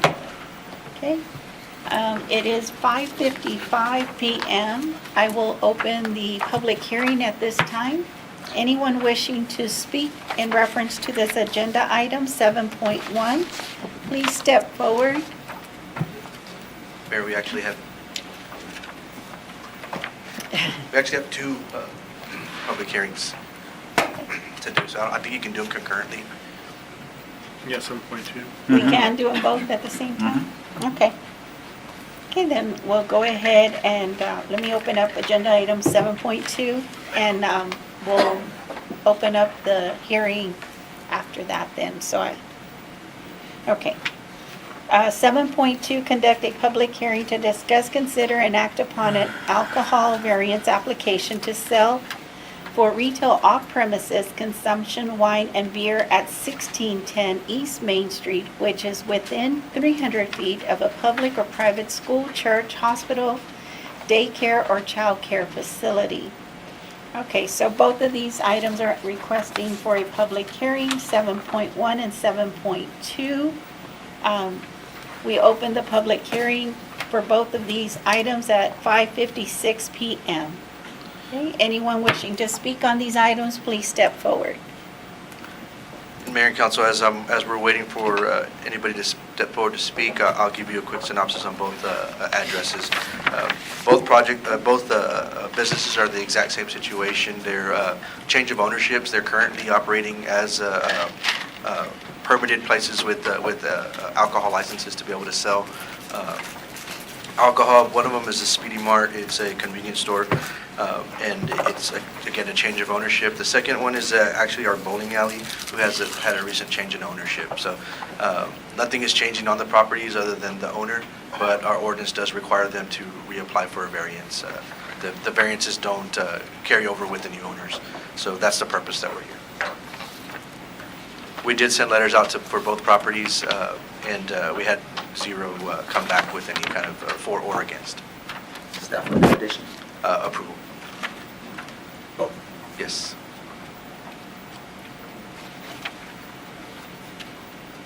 Okay. Just give a few more seconds. Anyone wishing to speak on these two agenda items, please step forward. Seeing none, we will go ahead and close our public hearing. It is 5:58 PM. Okay. So, council, I'll entertain a motion on 7.1. Do we have, 7.1 is, do we have to do them individually, Yes. right? Yes. 7.1. I have a question, Mhm. if you don't mind. Just a general question. When and if a variance is approved, how long does it take for the approval signature and it to process for the applicant? It's pretty much immediate. Once it's approved. Immediate? Yeah, it's approved. Tomorrow morning, they'll get, usually what happens is our staff will call the applicant and tell them that it's been approved. And so usually they'll come and pick up a copy of it. Okay, thank you. Thank you, Mayor. Mayor, I make a motion to approve the application to sell for retail off-premises consumption wine and beer at 301 North Johnson, which is within 300 feet of a public or private school, church, hospital, daycare, or child care facility. Second. Okay, we have a first and a second. All in favor say aye. Aye. Okay, all opposed? Okay, none opposed, motion passes. Okay, 7.2, I'll entertain a motion if there's no discussion or questions on that. Mayor, I make a motion to approve the application to sell for retail off-premises consumption wine and beer at 1610 North Main Street. It's east. I'm sorry, it's very small, I apologize. That's East okay. Main Street. Let me scratch and restart, please. Okay, Mayor, I make a motion to approve application to sell for retail off-premises consumption wine and beer at 1610 East Main Street, which is within 300 feet of a public or private school, church, hospital, daycare, or child care facility. Second. Okay, we have a first and a second. All in favor, say aye. Aye. Okay, all opposed? Okay, none opposed. Motion carries. Thank you. Thank you. 7.3, discuss, consider, and act upon authorizing staff to explore options for a splash pad. This is being brought to us by Mayor Pro Tem, Mr. Robert Molina, and Councilmember Mrs. Sandra Bowen. Mr. Molina. Yes, Mayor. I'd like to go ahead and table this item. We need to do some more research on it, and so I'd motion to table it. Okay. Do I have a second? Second. Okay. We have a first and a second, Mr. Okay. And Mrs. Okay. So all in favor, say aye. Aye. Okay. Thank you. All opposed? Okay. Motion to table passes. Thank you. Okay, discuss, consider, and act upon authorizing staff to explore options for a sports complex. This is being brought to us by Councilmember Mrs. Sandra Bowen and Mr. Councilmember Mr. P. Chris. Mrs. Bowen. Yes, thank you, Mayor. Mayor and Council, I brought this forward with the sponsorship of Mr. Chris for the reason is that, as you can see today earlier, there is an interest in the community for a sports complex. And I did do a little bit of research on my own, but I really feel that our city administration can do an outstanding job on bringing something back to us to consider and think about. So I would appreciate council support on moving this forward. Mr. Chris, anything else? No, and you know, I sponsored Councilmember Bowen on this one because I feel it's something that can be explored. Am I on board? Not 100%. I'm gonna be perfectly honest. It's just, it's hard to come up with those monies right now when we're in a hard place. With the hot funds not being necessarily an option, you know, we have to go out for bonding and some other stuff. So I sponsored it because I wanted to give the chance to be swayed. Bring it back, let's see what the options are. Right. You know, and it's not just funding, it's location, it's design, it's funding, it's what kind of, you know, what can we do? Can we start it, build it, and then Size, everything. and then develop out afterwards? I mean, there's a lot of options when we start looking at, you know, the hot funds. You know, can we get halfway there, and then with the change in legislation, like you said, come to him and maybe we can fund it the rest of the way. So I just want to see the options and see if it's something that we as a city can actually pull off. I think it'd be a great thing.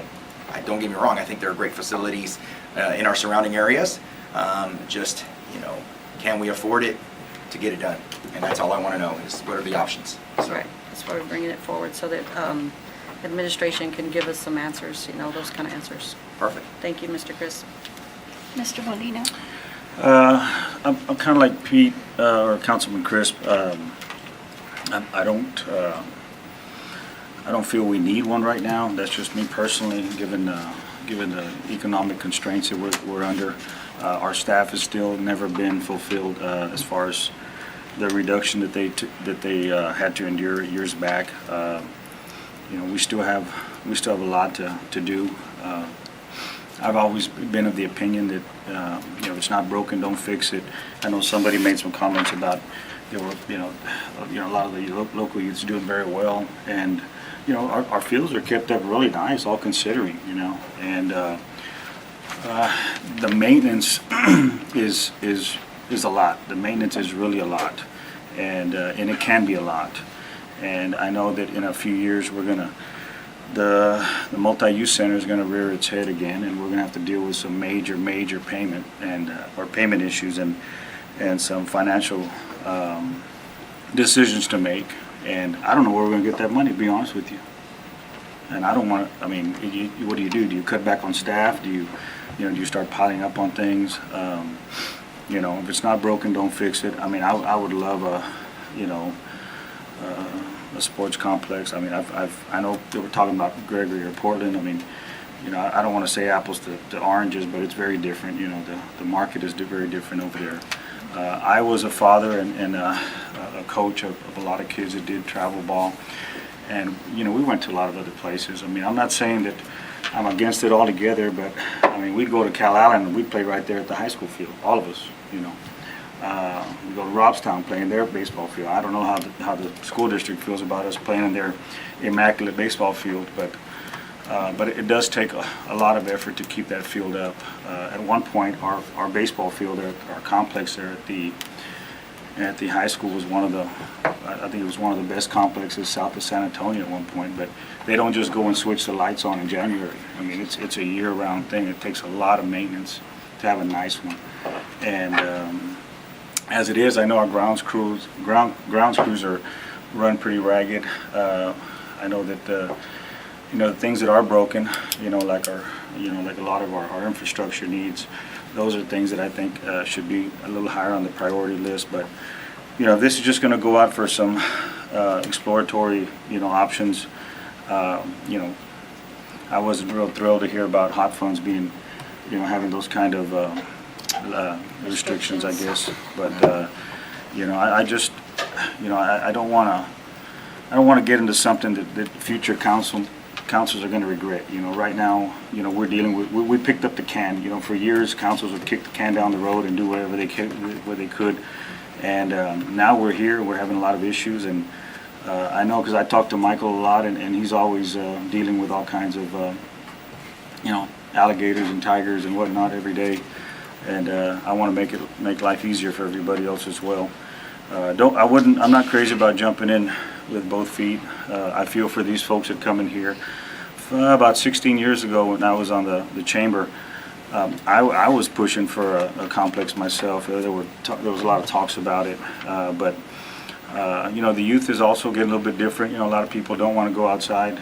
I hate to say that, but I don't blame him with his heat. I don't even like doing that. Nobody does.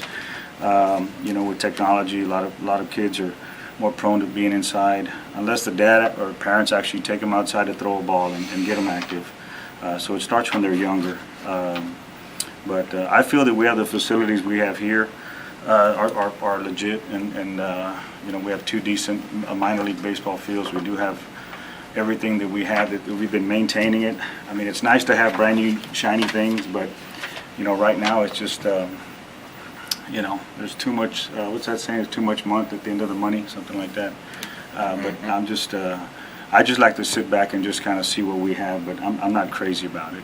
Just from an elected leader or governing leader, I want to just get the broad picture of it. And no idea is a bad idea, and I compliment and I commend Ms. Bowen, Council Lady Bowen, for doing this. But that's my 2 cents worth. Thank you. Thank you. Mr. Burke? Yeah, when I first saw it on the agenda, my wondering was, well, where did this come from? What was the intent? It seemed very broad, very general, very vague. And that's my concern in general on agenda items, that they need to be better defined, better clarified before they're brought to the council and placed on an agenda and public discussion of it. It's a beautiful thing. Of course it's beautiful, the Portland facility and all that. But then I look at, as to echo Mr. Molina, I look at the multi-use balloon payments coming. I look at repair and renovation that will be coming of the complex. I look at the landfill needs. I look at the sewer lines, the water lines, the streets. I look at a host of many things, and I see something like this at this point as a distraction of the administrative staff that has to deal with a lot of other priorities. Again, not that it's a bad thing. No, I don't think anybody's suggesting that at all. but you have to put everything in a big picture perspective on where you're going to go. I'm not prepared to support it at this point. I think there needs to be a little more discussion with administration on it. And I think that should happen on a lot of agenda items that just seem to come out of thin air, because they can be better clarified before they reach this stage. Just my personal opinion, how I feel about it. But I am concerned that we're going to become overburdened at some point, not just financially, but administratively, with the things that we're throwing at administration. I'm sorry, yeah, I'm fine, thank you. Thank you. I also feel at this time, I think it's wonderful. A sports complex, I think, would be great for our community. Logistically and financially at this point, I don't feel that it's that time right now. We do have existing ballparks and fields that need some attention, and that's just my One thing I'd like input to on that. put out there too is, I would think that staff too, in consideration of this, would say, well, we have a sports complex. If you think about the way this over here, where we have our fields, and maybe the idea is, well, we dedicate monies to that. The options need to be fully open in this, if we're going to put this out there, and because rehabilitation is a lot cheaper than ground up construction. So, like I said, it's one of those things where, don't get me wrong, I mean, I used to watch baseball games there too. I never actually played here in Alice because I lived in Freer when I was younger, and spent summers here too. But we'd go watch games there and eat your snow cones, and catch a foul ball and go get your free snow cone. So these these fields have been there since I was knee high to a grasshopper. So yeah, they need some love. We know that. I mean, they're relatively good, but they do need love. I mean, it's just, we're in the middle of a city that doesn't get enough rain to keep grass. You know what I mean? So there's a lot going on out there.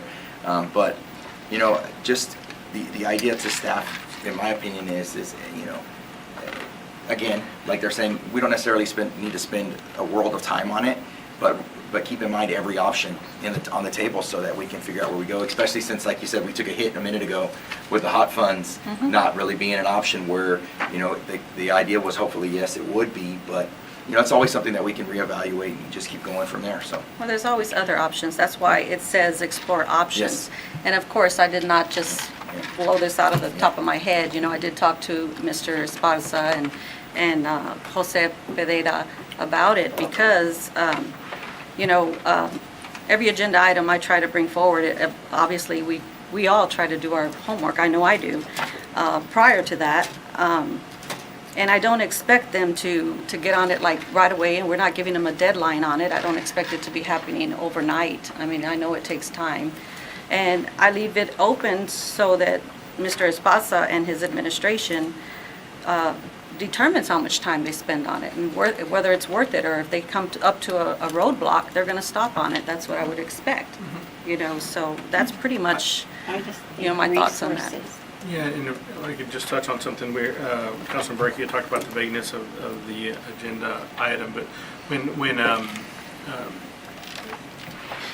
when the council member spoke to Jose first on this agenda item, Jose kind of worked with them on this, specifically Councilmember Bowen. But our job is let's have an agenda item to be more open, because before you guys will have some ideas and bring them up. But if it's going to be an idea that's going to take a lot of time like this to explore, I need to hear from the collective body to spend time on that. So then I'll assign our resources to that item. So that's why, we don't have any numbers right now. We don't have anything, because I'm not going to, in other words, spin our wheels if it's not going to happen. So I need to hear from the collective body to get kind of a more in-depth agenda item. And, that's just kind of to address the vagueness of it, is we need direction from you guys on that. if we're gonna do something. I think the expectation was that, hot funds were gonna be readily available, and the fact that, the wind was taken out of those sales, that kind of clouded up my Well, view. there's grants and other venues, other feasibilities, I mean- studies that we can do. If there's a grant that'll maintain it for the next 20 years, well, let's do that, But the problem is, we're hurting manpower, woman power, whatever you want to call it, our workforce is run ragged. These guys are, these folks are out there working in the hot sun, and these grounds take a lot to keep up. And I'm gonna be honest, those fields sit idle for probably 7 or 8 months a year. They just sit there, locked up. I guess that's my question, why are they locked? I don't know, why are they locked? They weren't locked when I was a kid, Yeah, I guess, and not. Liability, maybe. Here, I don't think all of them are locked. The ones that that are used for the events, yeah, those stay locked. What events? For the leagues. Tournaments. Okay, Yeah. the 3 months or 4 months? And those then- stay- And then those are kinda locked if they're because- chosen to do All-Stars, they do it one weekend, They- it's usually like 1 week. And a lot of then they're times, done. what happens also is if they stay unlocked, then, we have a lot of vandalism and people. No, I get in. understand that. I understand that Yeah. entirely. Hey, trust me. I used to rent out the Armory. I'd come pay $25 with Yolanda and take my team out there and play till 10, order my pizza, but I had to do it, like it was basically one of these things. But those fields are out there and they're available. Mr. So let me- Lemon? I can answer a little bit of that question. One of the reasons why we get a bit locked is because we had vandalism. We had fights over who was Understand. going to be using the fields. We Yeah. had to do it was a big ugly thing here about 3 years ago. And so, while, yes, they're city facilities, it's probably best to allow the public to use them. When people just weren't being reasonable in a lot of the use that they Right. were doing. And, just as an aside, Mayor Pro Tem, that years ago, one of the things that we did is we contacted the sheriff's office and we provided the materials when we had fallen out of compliance and we couldn't have the regional tournaments here and we weren't going to be able to. One of the things we did is we got the sheriff's department, we got trustees of the sheriff's department to go, and he had carpenters, he had welders, he had painters. We supplied the materials and they came out and they worked on everything. Sure. And got them back up, and so we could go ahead and have the stuff here. And so there are options available that you could do and whatnot. And Because I think the only thing that's kind of differentiating here, our parts versus a complex, or number one, the complex will have everything centralized, and then we'd have to start all over again. But like the fields that are there in place, putting a fence all the way around it, right? Because that's the only way anybody would want to throw a tournament, right? Because you have to charge admission, because that's how they pay for it. Maintenance and everything else, so Insurance somebody and- that's oversees it. Yeah. Right. Well, Goes through. we'd be in charge of maintenance, right? Not necessarily. We'd be in charge of maintenance. Yeah, The funding will come from the tourism, from the tournaments and stuff like that, I'm sure. That's how most cities do it. But for the most part, we're just renting it to whatever league is doing it. So we rent it to the league, they charge their fees and they make their money. We just get the rental or whatever of the Right facility. now, you're talking about a sports complex. Like a complex If we had type a of complex, we could advertise it. We could assist in marketing and that sort of stuff in regards to the event that they were going to have. I don't think we would have direct access to the tournament funds. That would be up to them. Now, we could require them, as partners with the city, would say, look, you're going to come in and you're going to give us this amount of a cut to take care of it. We're going to charge you this amount to take care of the maintenance and operations for the use of the field. You can do that, but you know how well that works, given other events that we've had in the past. But that could be something that you do separately contractually, where you tell them it's not required by statute, but if you're going to do this, you're going to pay some of these expenses and costs. Well, it's even if we move forward, like he says, put fences around the current fields, it's one of those things where it's the same situation, where they're just paying a portion of it, and you can contractually say what have you, but. Well, generally, payments from those type of tournaments come from your entry fees. It's not necessarily from charging admission. Now, our football leagues will charge admission and whatnot, but where my experiences was, where your experience was baseball, and you show up and okay, everybody's there watching. You paid for your kids to play, but that was about it. Yeah. I just worry about the, Future costs. Yeah, long-term down the road and The financial impact. yeah, it's a great theory, right, hey, build it and they'll come, but you just, right now it's kind of risky. It's like when we talk about things like subdivisions and things like this, it's the idea that you get it built, a contractor gets the roads and the sewer lines and the water lines and everything built, and then they turn them over to the city, and it sounds great, like you've got this nice asset, which is a road, but all it is a liability in the future. And that's the thing is tracking how much of a liability in the future that the maintenance and upkeep of something like this actually is. Lawn care isn't cheap, and neither is AstroTurf, you know what I mean? So it's one of those things where I say, like I said, if you get options, I'll be happy to review anything. Well, that's all I ask is for some options. So I'd be happy to review anything, but it's one of those things that I have to have something, just like I asked Mr. Martinez earlier. Show us where we stand, and we'll go from there. Of course. So And like I said, it doesn't have to happen overnight. I mean, up to Oh, his yeah. discretion, Thank you. Yes. Thank you. Okay, I'll entertain a motion on Mayor. agenda item 7.4. Mayor, I make a motion to authorize staff at the discretion of the city manager to explore options for a sports complex. Second. All right, we have a first and a second. All in favor, say aye. Aye. Okay, all opposed? Okay, none opposed? Is that a? No. Okay, we have one opposed. Okay, motion carries. Okay, thank you. 7.5, discuss, consider, and act upon establishment, dissolution, division, and/or reorganization of Alice boards, commissions, and committees, and 2, appointments, reappointments, removal, and/or term clarifications of appointments, vacancies, and/or memberships of the City of Alice boards, commissions, and committees. This was placed on here by myself, and thank you, Mr. P. Chris. And I know you have a little bit of a presentation in reference to this for It's the not so much a website. presentation, but more of just an FYI, kind of Okay. show you what's available now, an update on what city staff has been working on. So one of the things that, and you'll have to forgive me because our city clerk's not here, so I'm kind of filling in for her, but. Yeah, so- the city clerk's been working on this. Yeah, she's been working very Yeah. diligently. Her and the IT department have been very, very, this has been one of their big projects that they've been working on. So what we have now is, this is a live view of our website. And from our website, you can get to this page. This is it's a company called iCompass. And what you can do from there is now you can go in there and see which boards are active, which boards have had meetings. And I don't have access, but maybe you can scroll down to it a little bit. You scroll down, right there, right in the middle, you'll see board and committee applications. So from this same website, you can do public information requests, and that's how our city clerk's tracking that. But in addition to that, that board and commission right there where he has it highlighted, if he clicks on that, that's going to take you to our boards and commissions site. From this site, you can actually apply to join any board or commission, any vacancies that are on the boards and commissions. You can see from this page, the boards and commissions that are active, how, if there's any vacancies. I wish I had access to scroll to go through.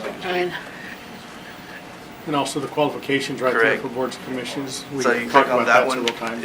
it'll show you every board and commission, what their Okay. qualifications are, what authorizes that board and commission, what their purpose is, and so you can kind of see where you fit in. If you're thinking you may want, citizens thinking they may want to apply for a board or commission, they can go in there, they can review those, what those boards and commissions do. And in addition to that, before you turn in the application, you review what the qualifications are for that particular board that you're applying for. So whether it be planning and zoning, building and standards, parks and recreation, they're all on there. Yeah. And so you can apply directly from there. They go to the cityofalice.org, and it takes them to this website? Go to the cityofalice.org, and it's off to the side. It's right there on the bottom. It says, so we're working on creating some more hyperlinks for this. Okay, so they So go. you'll be able to access it from a couple different places on the website. But So right it's now, iCompass? iCompass Council Portal, that's where you would Okay. access it through. So iCompass Council Portal, and then it'll take them to this. Take 'em They to this. scroll down, and they go to board/committee application. Yes. Okay. They also can go to the link where it shows Can't who do a is normal on the name, board normal name. currently I and their write that terms. down. Well, I Did mean, you- we're still, I mean, it's live and we got it up and running and there's a lot of work to get That that looks done. nice. But now we'll tweak did it good, to make son. it a little bit more friendly. The important thing is the clerk wanted to make sure, Odie wanted to make sure that you guys knew that it was live, it's active. And from here, you can also see all the minutes for every board and commission. So if somebody wanted to see what, Building and Standards has been doing, they can go on there, they can actually click on the agendas and the minutes. They can see who has been at the meeting, and it's got a lot of capabilities, and I don't know how far they're going to take that, but right now you can see agendas, minutes. Can you click on an application so that when I a think that's what citizen he's trying to, I goes? think that's what he's trying to do. He's trying to, They asked me on Friday, there was yeah, go right there and create. From there, should bring up a bunch of boxes. So this is So the right there, you can application. And you fill can out fill all it that on information, online. and it'll go So- straight to the city clerk. Wow. So so the citizens wishing, we did have some citizens that reached out and said they wanted to explore Probably, this yes, and we're correct. put their application in, so that's great, they can go on in and. Yes, now they can do it electronically Wow, and nice. and go from there. So that should streamline that application process. Again, there's a big, qualifications for boards and commissions right next to the create button. If you click on that, it'll tell you exactly what qualifies you to be on a particular board or Will commission that this you're show looking them if there's vacancies Well, so that's what I that was they'll gonna know? ask. I believe so. It does show you if there's It shows vacancies. you who is on the board as well. Correct. And their It'll show you terms. who is on the board. So even when you go on to, like, if they were to click on one of those recent meetings, click on Building and Standards, right there. Yeah, click on that one. It's going to bring up the agenda. And so on that agenda, it's going to show you right there off to the side under the city logo. It'll tell you who the chair is, who the vice chair is, and who all the members are for that board and commission. Okay. And then that was the posting. It'll tell you when it was posted, all that Okay. stuff. This So- is, for us, I mean, we've had our minutes and our agendas for the city council online, but this is a big step, as far as transparency for us to get all the other boards and commissions on here. And I know our Odie and Nellie have been working really hard on this, and I've, listened to the meetings they've had, and it's been a long time coming, but they finally got it up and they got it running. Okay. So now we another got to question. tweak some things to make it a little bit more friendly. And there's a lot more to it, because there's a listing there that you can click on, and of course Odie knows it inside out, and you Yeah. sit there and she shows me everything, but there's a lot more to it where you can click on and it actually shows a listing of all the boards, and you can instantly see, okay, when's the last time we had a meeting. You can see their agenda item right there without having to go on the side. You can click it, you want to apply specifically for that one. You can see the members of the actual board and who's on, and if there's vacancies and no vacancies. So there's a lot to it. It needs to be probably a little user-friendly, considering that we couldn't necessarily show it all off, but It's still got it's a some work in work. progress, It's a work in and they're progress. really hammering down on all of it, but it has. Yeah. I have a question. Just Regarding I'm sorry, is that okay? Yeah, go ahead. Regarding the application that they fill out online, once they fill it out and the board's already full and filled out, will they still be able to submit that application, or does it stop them? I believe they'll still be able to submit it, because it's just an application. Then it'll be up to the city clerk to decide, okay, yes, there is a vacancy, and then it does need to move forward and get presented to the council for approval. So then the city clerk will advise them, call them back, or send an email back or something? I'm If the board is full. assuming at this point, right, because Yeah. I'm not the city clerk, Oh, but well, yeah. I'm sure, they're very Sorry. diligent. If something comes through, they're gonna, they keep Follow files up on with it. everything. If something comes through and needs to be followed up, I'm sure they're gonna follow up on it. And if there's a vacancy, they're gonna move it forward. But the important thing is she just wanted to make sure that you guys knew that there has been progress in that department. That's great. And it's huge steps. As the city manager said, we've been doing the city council meetings on that. And so, you guys are used to seeing the agendas and all that stuff through there, and you can actually, take votes and all that kind of stuff. Eventually, that's the direction that it's going with the boards and commissions as well. So the other important thing for them, they field all of those public information requests, and so that's also tied into this system. So if they, needed to see when a particular variance was approved, all that's going to be stored in this system. So they'll have access. It's going to be easier for them to search for that and a lot faster for them to return those requests for information. Nice. And I know Odie says she'd be watching, so Yes, thank you, she's Odie, watching. for your hard work. Yes, And- they did a wonderful job. Yeah. Where are you? Sorry, I couldn't remember exactly how to use everything. There's a lot going on. She probably says, I showed you a million times. Yeah, she's probably- Because I know she gave me training. It's easier when you actually control the mouse. But we did talk today about getting some better hyperlinks on our website, so that way it's easier to get to for navigate somebody and that wanted to stuff. apply. And we just want to invite the public, our citizens, to submit your application. We have vacancies in a lot of the committees, and we want to get those active and running. So please visit the website and look at those committees and apply for the ones that are of interest to you. We really would love to get those up and running, so. And along those same notes is, while you're out there viewing it, go out and see what, just because it has a certain name doesn't mean it may not interest you once you go in and see what the responsibilities, the roles, and the purpose of that board is. Go out and review them all, and also, the restrictions that fall under some of them, go have a look at all of that, and, step up and apply. Come on. So, Thank you Thank you. so much. Thank you. Okay, any other discussion or anything on this? right now, we have no open Okay. applications, if I'm not mistaken, so, Right, yeah. but we have a lot of vacancies. Apply. Yes. Okay, 7.6, discuss, consider, and act upon upkeep and maintenance of Highway 44 Gardens. This is brought to you by myself and Councilmember Miss Sandra Bowen. And on some of this, it was just that we've had a lot of, a lot of safety issues, and then the maintenance and the aesthetics of the, I said that wrong. You said it You know right. it. You're still right. Okay. You said it You're good. And those are just some of the things, especially since we've vested some money into our main thoroughfare. We trimmed the palm trees, which are now already growing again, and Health Park, and just trying to create that atmosphere and that curb appeal, if you will. I felt like it'd be worthwhile to discuss this and kind of see what some of those conversations have been. Mrs. Bowen, you want to add anything on? Yes, I'm glad you brought this forward, Mayor, because there's, like you said, there's been a lot of discussion and a lot of work that had been done, which is wonderful. I mean, our city's doing a wonderful job keeping up with all of that. The palm trees are very hard to get to. Yeah. They're very way up there. That gentleman did a great He job, did, though. he 'cause did. they look, But but they're growing They do grow again. fast. They grow fast, it's a Hold it big in. task to do, but, it's little by little, things are looking really wonderful for our city when it comes to the thoroughfares and stuff. Yeah.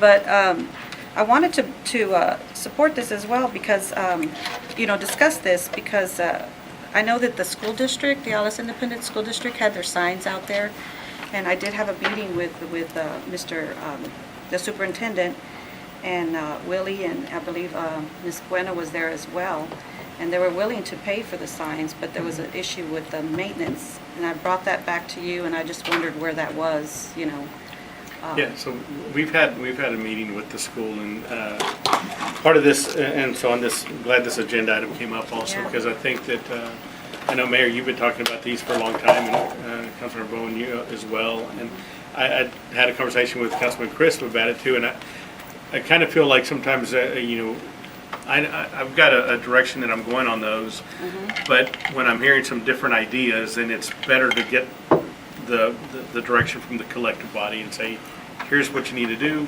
that will carry it out. But I'll tell you where we are right now. Okay. Is that I did have a conversation with Carl, Scarborough, the superintendent, and they're willing to buy and pay for the signs, even put a little bit of money into some landscaping. They didn't want to do any of the maintenance on it, and so we have a little bit of a tentative agreement that, as long as, we picked what was going to be out there. I want to pick something that's low maintenance for us. It's going to look nice and maybe add a little bit of color that won't take a lot of water, maybe something to get it started, but that'll stay there.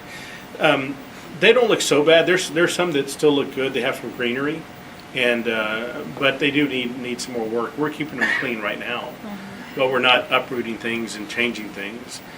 So, all that conversation was about a month and a half ago, and we were gonna, with both of our budgets, the school and ours, we've been going through a lot of budget meetings, so, on the staff level. And so we were supposed to meet after this council meeting to regroup, and that was before this was on the agenda. We talked about after the 19th, getting together again and determine that. But, they have the design on their signs, and we're ready to go. I feel okay with the maintenance of it, as long as, I think we had agreed to maybe they would put a couple of $100 into some, shrubs or whatever needed to be in each one, it was 200 to 300 maybe. And so that's where we sit right now, is them doing that, putting up the signs, and we just maintain them. One of the delays, though, that we had initially was with TxDOT. So TxDOT initially said, hey, you've got to get approval from us. We went through another month delay, kind of going back and forth. They actually came out, they measured. While the landscaping is in their right-of-way, the signage is right out of the right-of-way. So they were, if the signage was in the right-of-way, they wanted to have certain specs that they needed on the material, and so that happened. That caused a delay also. So, but we're ready. However you guys want to proceed. The course right now is having the school put up their signs. I think they needed 9 or so. And since it was going to be schools, we had also talked to them about offering it to the 2 private schools as well, to put up a sign if they wanted on there, and they would do the same, donate the $200 or so for the landscaping, and then, make Per that garden. Per garden, yeah. But they're paying for the signs themselves. Yeah.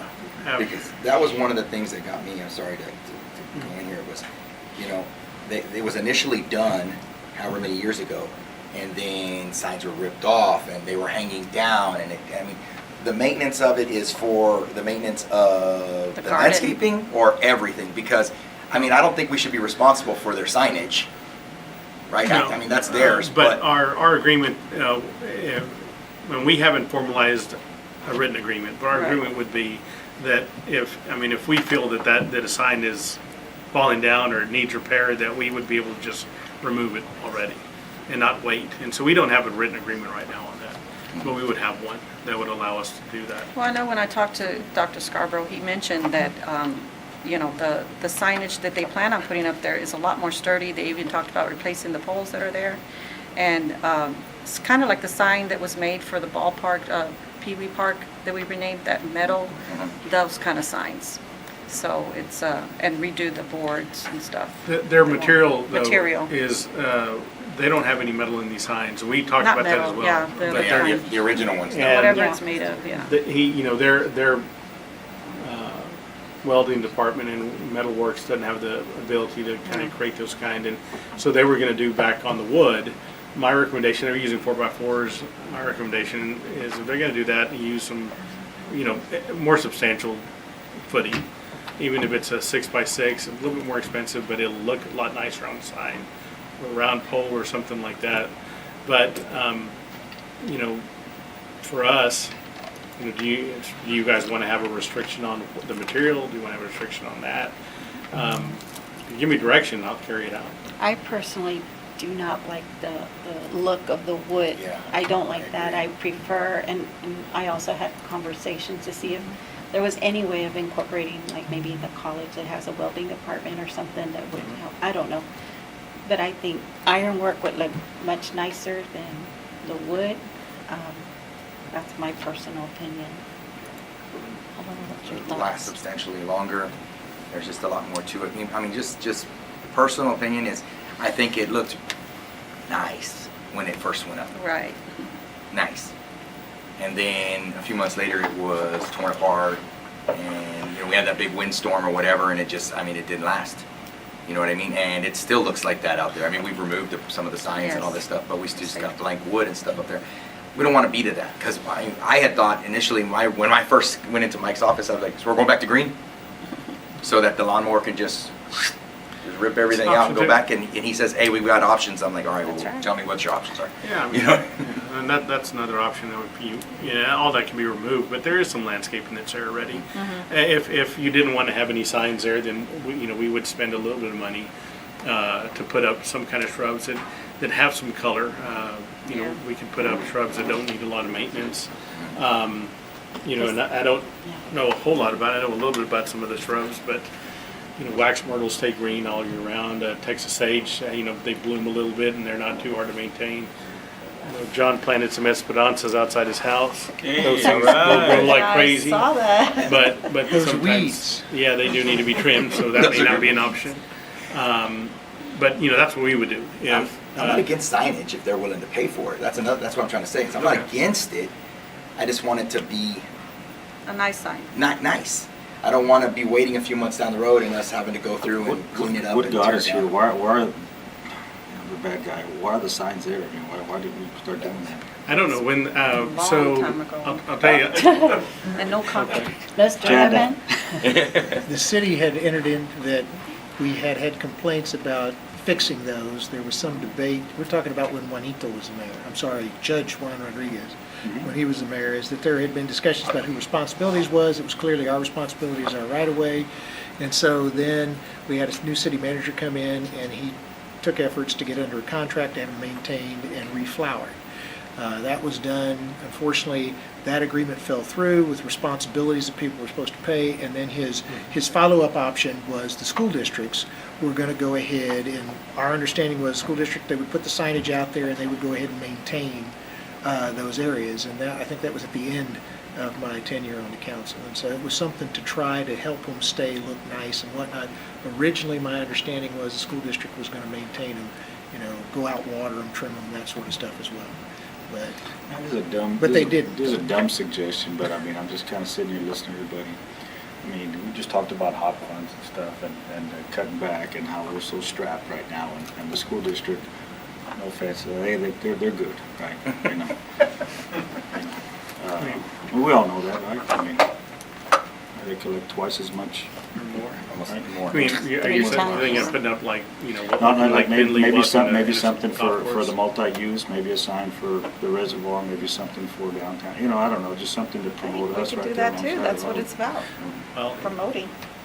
We that's talked what he about was. that, right? That's what he was talking about. So. right?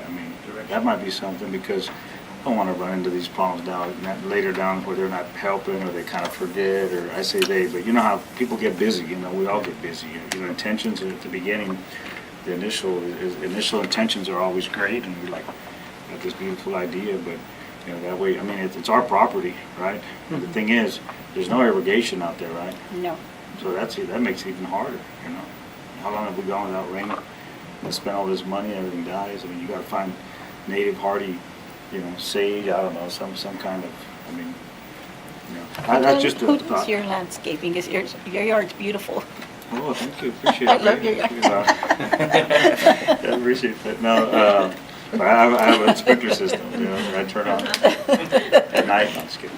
No, but on a serious note, but that might be something that, I would be more leaning toward, because that is our frontage, and we do want to promote what we have, and people that just drive by and Well, I've Just talked to threw it out Mr. there. Esparza in the past about signage, that's why I asked that question, is if we can use those funds for signage in the city, and Yeah, and so I get some solar lights up Well, at and- or whatever, what I was talking about was advertising versus the Directional.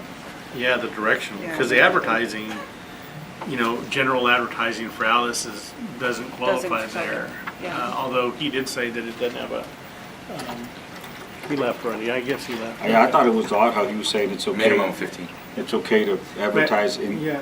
within the city, and I'm Yeah. like, well, Yeah, you want 'cause I But thought we- there want people was to come over, right? But we're putting directional signs, the things that we have to offer, there's plenty, we have the golf course, we have the multi-use, we have the So- airport, we have, It's going to depend, and this is where interpretation.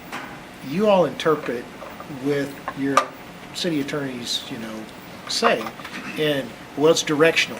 Does it have to have arrows and say this or that or the other? Does it just have a picture and say, An come address. see the natatorium out on Highway 281? You know, who's going to file a lawsuit? It's one of those things. And so you guys, it's, best practices versus what is allowed. And so it's one of those things. If that's something you all want to talk about, then that's something that you all can talk about. You want to talk about the deal with the school district. What I think Mr. Esparza is telling you all is he's been dealing with this, and he's kind of like, look, I'm tired of being pulled different directions. Let's everybody sit down and talk about the conversation and see which direction you want him to go. Give me the task and I'll get it done. Just give me the Of task, course. which way you want to go. What are your I- thoughts? What, as city manager, Yeah. you deal with the budget, Sure. you deal with the Oh, I- personnel, I- and, what I'd what like is to- the ideal thing for you? So we have those there. Ideally for us, it's easier to mow, and we mow all that. It's in, Mayor, we've been talking about the railroad ties for a long time, right? And finally we got it Oh done. my gosh. But one of the Yes. reasons also that we, for us, to get out there is, it's easier for us to mow an open area and just get it done. And that was causing a problem for us too on the mowing. But then here, same thing. We were having to go around those and weed eat and all that. But they're already there. There was money spent on it, and there is landscaping there. It doesn't look so bad. Once the signs are gone, then there's some things that need to get cleaned up a little bit. But for me, I'm thinking a little bit of color that we can get that's low maintenance. We do water it a little bit when we can, and that was an issue that happened when the original agreement was put in place back in 8 or 9, I think. And so I came in, appointed at that time to the city council, and it was in the middle of this disagreement on those lots. That's what I remember from there. And I call them outlots for whatever reason. I always forget what you Yeah. said. That's But really- I like the idea of utilizing those for signage and directional signs to some things that we have to offer. We have a nice airport that people need to know about. Although I get the calls on the airport a lot after hours, and it was interesting because I did get a call from seemed like a lady that was asking if Continental flew into our airport. We're not a commercial airport, we're a general aviation airport, but that was the first time I've had a call like that. We're getting there.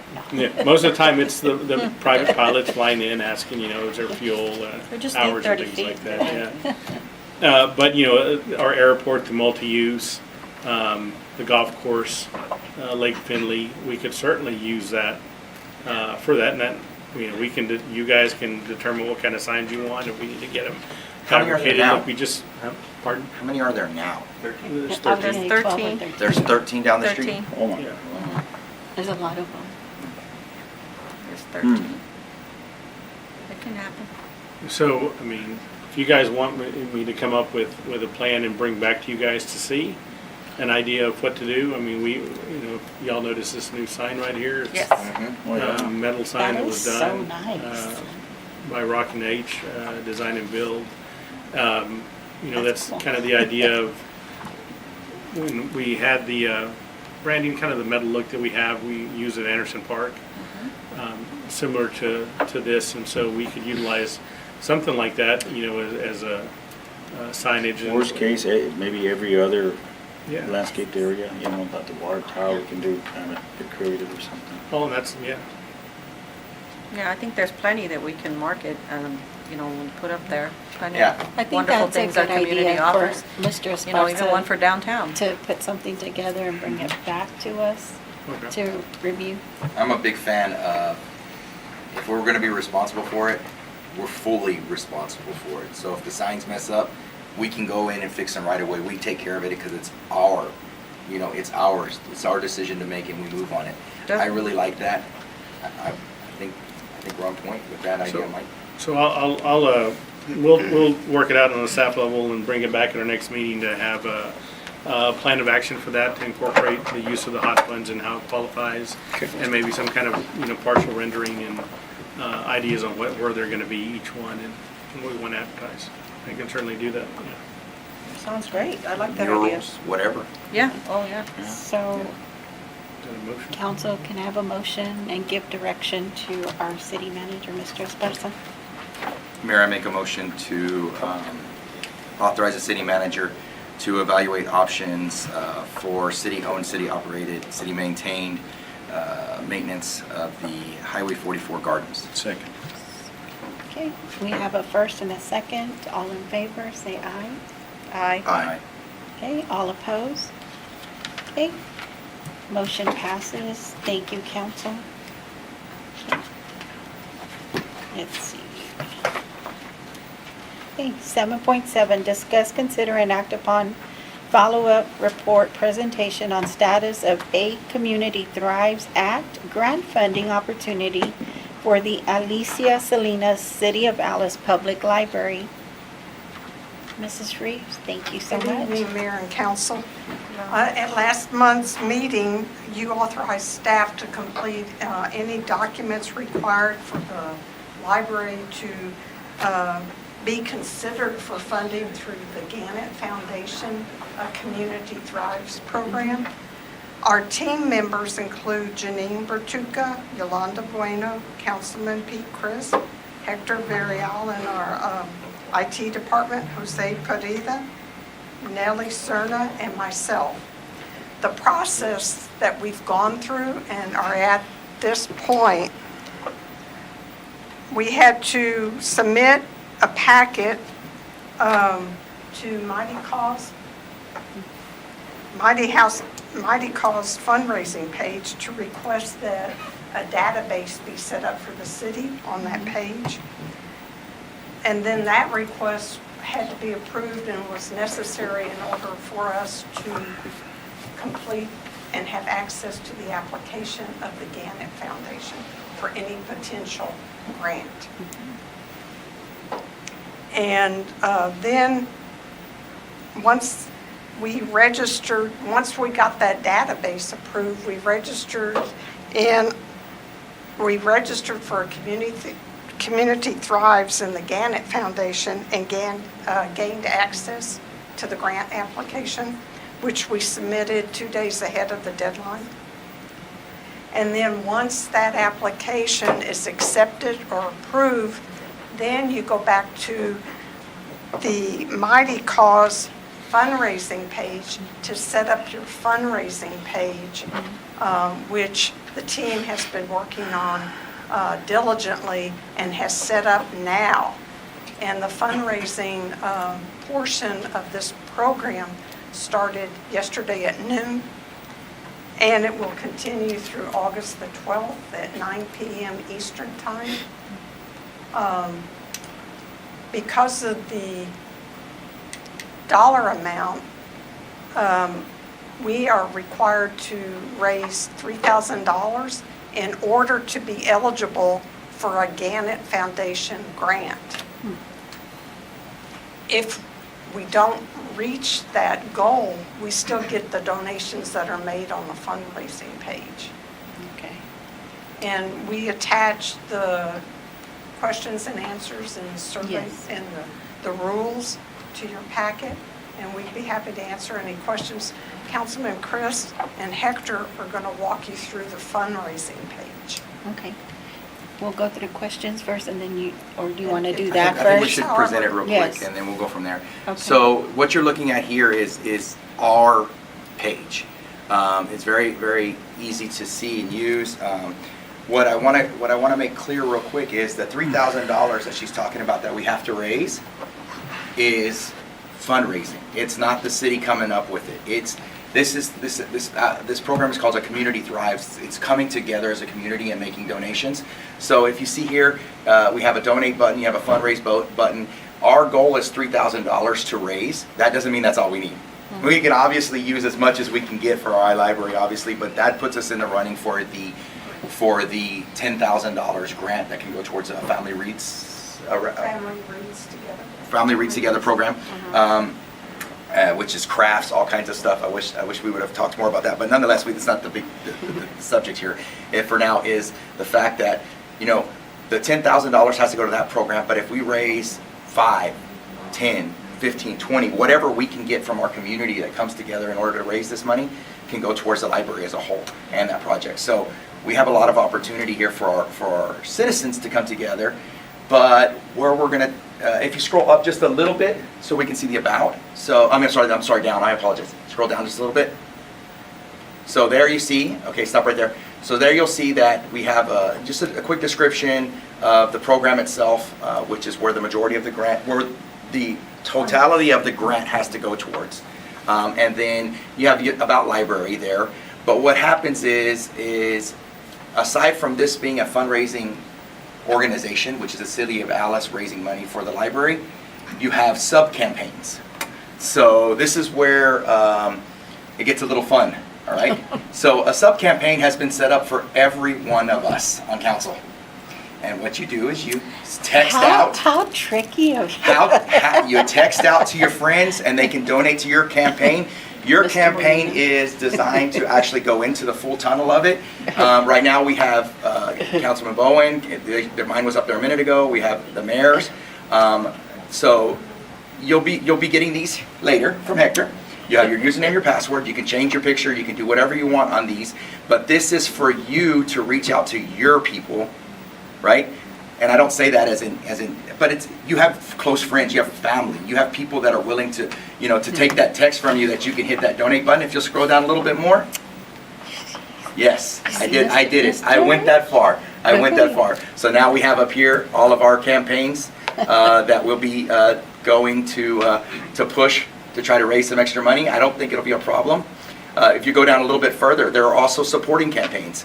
You can see that Janine has set one up right there, and she changed her picture to Red Riding Hood when they had an event there. So if you click on hers, it goes to the same place. She sets her own goal. She sets her own story. I have worked with the library for over 20 years. Y'all can go in and change, what it means to y'all there, and start sending it out. So this is a way for our community to come together and for us to really reach out to them and push them to support our library and the families that go to it. So we have quite a few families that go through our library. And below the media gallery, those are links to videos that Janine has used in Families Reading Together this year, since COVID hit. And so people can click on those and hear the videos, and then that's when she reads the story. And then after the story, she demonstrates how to prepare a craft that's related to the story. She does an excellent job. Yes. She does an excellent. Then of course you have your Facebook gallery that associates back, and then of course your donate button on the bottom. More organization information there. The donate button is very simple. I think it uses PayPal. It has credit card options. And so it's very simple. You can dedicate your donation to different things. And those, the campaigns that I set up for y'all isn't necessarily for y'all to go through and just donate. It's to get others involved, because there's additional monies that we can make depending on how many unique donors we have. So depending on the number of unique donors, and I think it's 10, but the actual minimum is 5.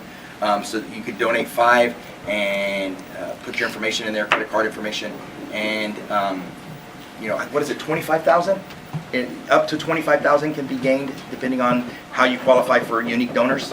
There's a couple of different tiers, right, but I think 25 is one, yes. Yes, so, it's just a way for us as a community to come together and try to do something for us as a community, so. And the mighty cause, it's a 501c3 set up to do fundraising, to accept donations for 501c3s, but a public library is eligible under the GANN.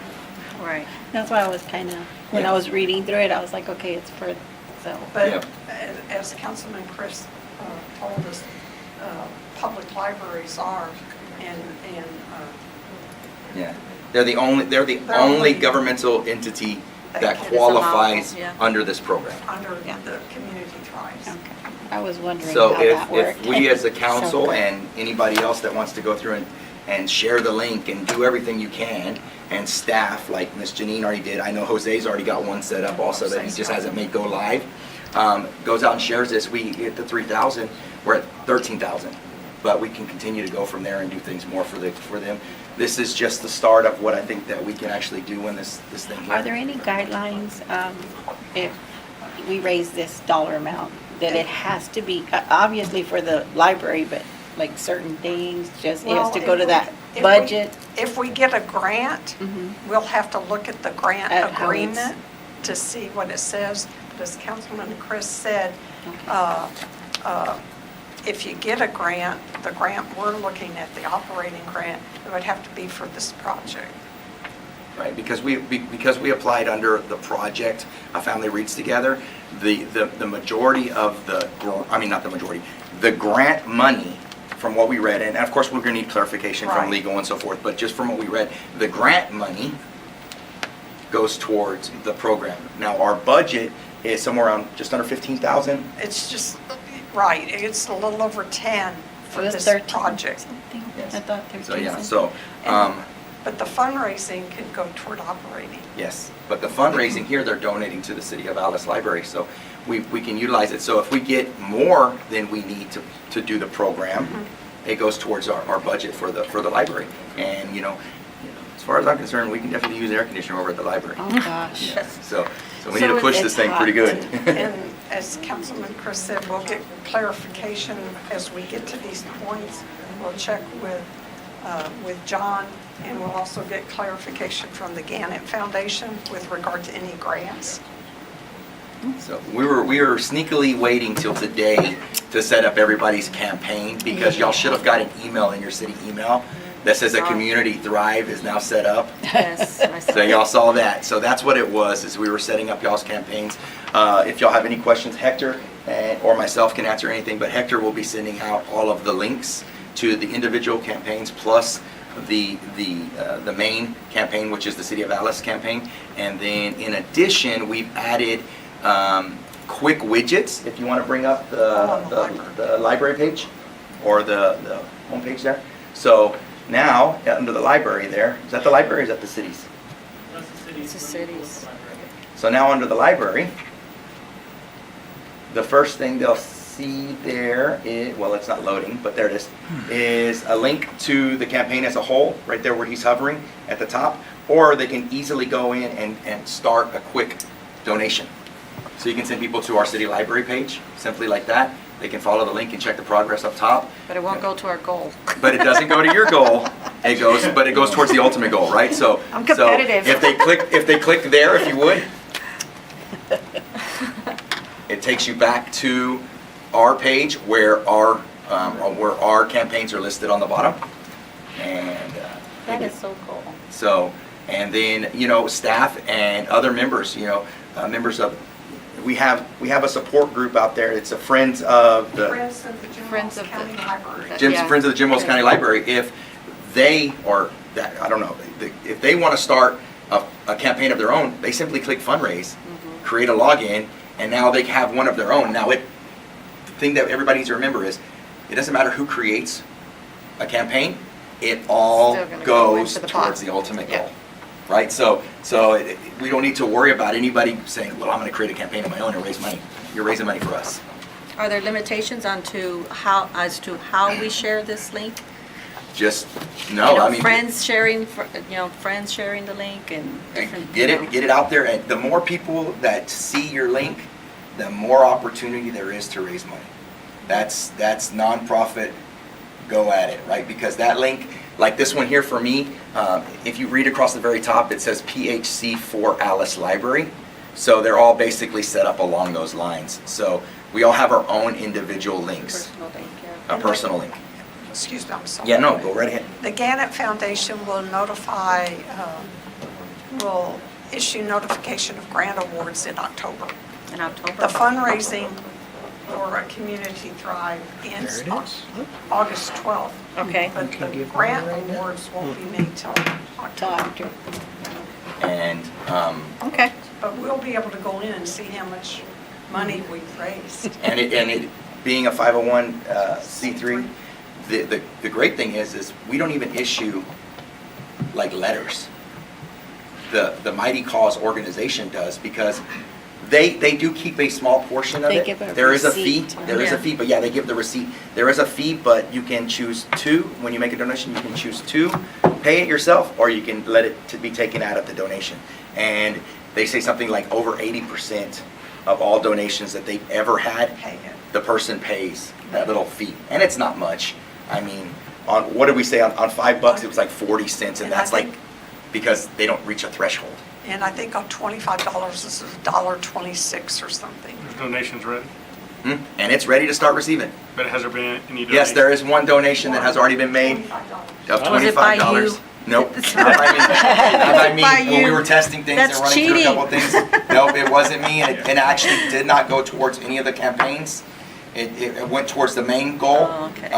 But it doesn't even, that $25 doesn't even go towards our 3,000, because it wasn't made within the window.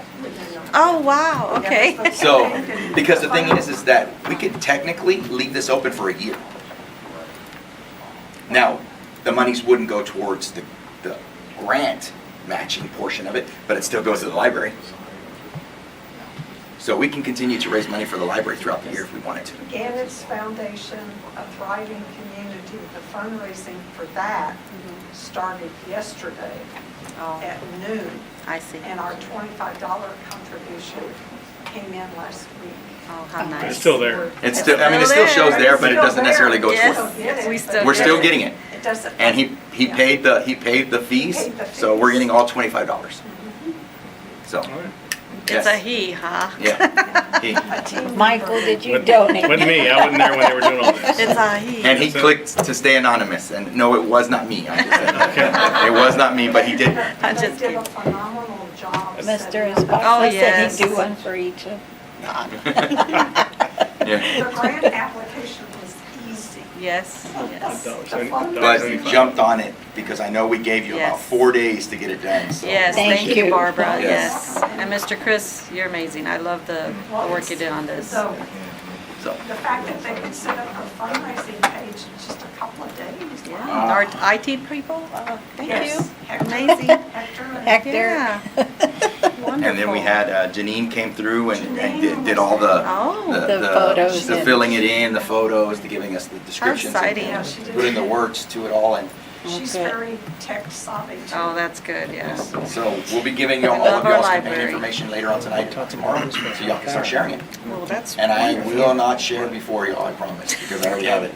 So we're all on the same page. That'll make I it- just, All right. thank you very Yes. much. Thank It's all for a you. great cause. Yes. Thank Thank you, you. Ms. Reeves. So, there's no. There's no action or needed. anything needed, okay.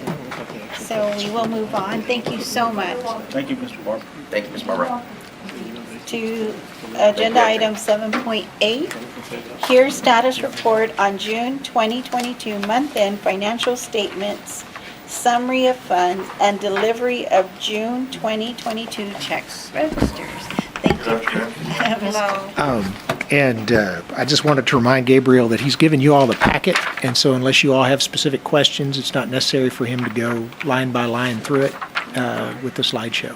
So it's just up to you guys on how you want to do it, but you don't have to go line by line unless they want you to. But I think the presentation for transparency, the way you normally do it, right? Is that what you're talking about, the graphs? No, well, I mean, It's however you want to do it. You've got it posted, the presentation and all that stuff. If you all want to sit and ask you a bunch of questions, Go ahead, please. go ahead and Yes, go through. thank you. Okay, yes, ma'am. Okay, so we're doing the financials for the 9th month ending June 30th, 2022. Our general fund revenues are $9,917,638. Our property tax was, budget was $2,187,398, and year-to-date, we have received $2,725,557. Exhibit B, we have our M&O and INS 2022 of $3,950,739, and we're roughly $76,000 above that mark. Going back to Exhibit A, sales tax was budgeted at $3,960,000, and we're showing $3,560,060 through April. Going to Exhibit C. Sales tax budget versus actual. This includes the month of May. May's collection was $587,192, $147,000 above target, so it was a good month for us. 2022 budget is $3,520,000, and we have an actual of $4,147,252. So we're $627,252 over budget.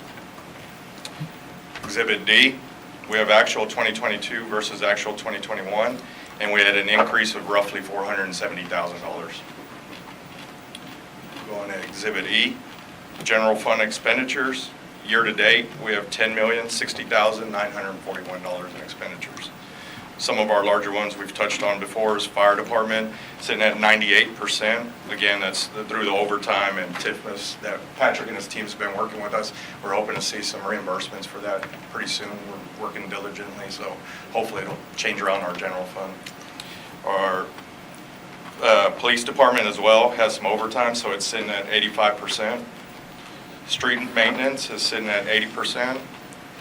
Parks and playground is at 90%. And public health is at 85.5%. Exhibit F, revenues versus expenditures for all funds. The general fund, we show a negative $143,303. Solid waste is at a negative $495,504. Utility fund is at $350,305. Airport fund is at negative $69,412, and that's with the transfer. Golf course fund is at $16,832 with the transfer. Hotel occupancy is at $59,366, and the multi-use complex is at a negative $59,808 with the transfer. Our final slide is Exhibit G, our revenue over expenditures comparing 2021 versus 2022. General fund was at $312,107 last year, and this year we're showing a negative $143,303. Again, I think once we get the reimbursements of TIFMAS, that'll change the outlook of things. Solid waste was at $20,495. Now we're at a negative $495,594, and we've talked quite a bit of that. That's the repairs, maintenance. There's a slight good picture at the end of the tunnel. Mr. Guetta says he's getting some of his equipment back, and the repairs. The one repair alone is just 1 week of rentals, so you'll know how quick rentals adds up. Utility fund was at $629,941, and now we're at $350,305. Airport fund was at a negative $13,169, and now we're at a negative $69,412. The golf course fund was at $28,821, and now we're at $16,832. And a hotel occupancy was at $65,258, and now we're at $59,366. And the final one is a multi-use was a negative $56,806, and now we're at a negative $59,808. That's basically our financials at this point in time. I apologize if I sped through, but I know it's kind of warm in here, and it's been a while. Yes. Mr. Chris, do you have any questions? No, ma'am. Mr. Molina? No, I don't. Mr. No, Berg? Mrs. Bowen? No, thank you, Mayor. Okay. Well, I'm glad to see that shift and a little bit on the solid waste. Yes, ma'am. And you said, you did mention you're hoping to have those reimbursements. We more than likely, because of timing, we won't get full reimbursement for the fiscal year, but at least we'll start getting some, and we'll know what percentage we're getting. So we're working on it. We should be through January by the end of this month as far as submitting for reimbursement. Okay. And I know we had brought up before about the solid waste. Yes, ma'am. And I'm sure, are we going to see a little something in here as far as projections or anything that we need to be looking for? For budget, yes, ma'am. Yeah, okay. I'll look at that a little bit more. So, thank you so much. Yes, ma'am. Thank you all. Appreciate it. Thank Thank you. you. Thank you all.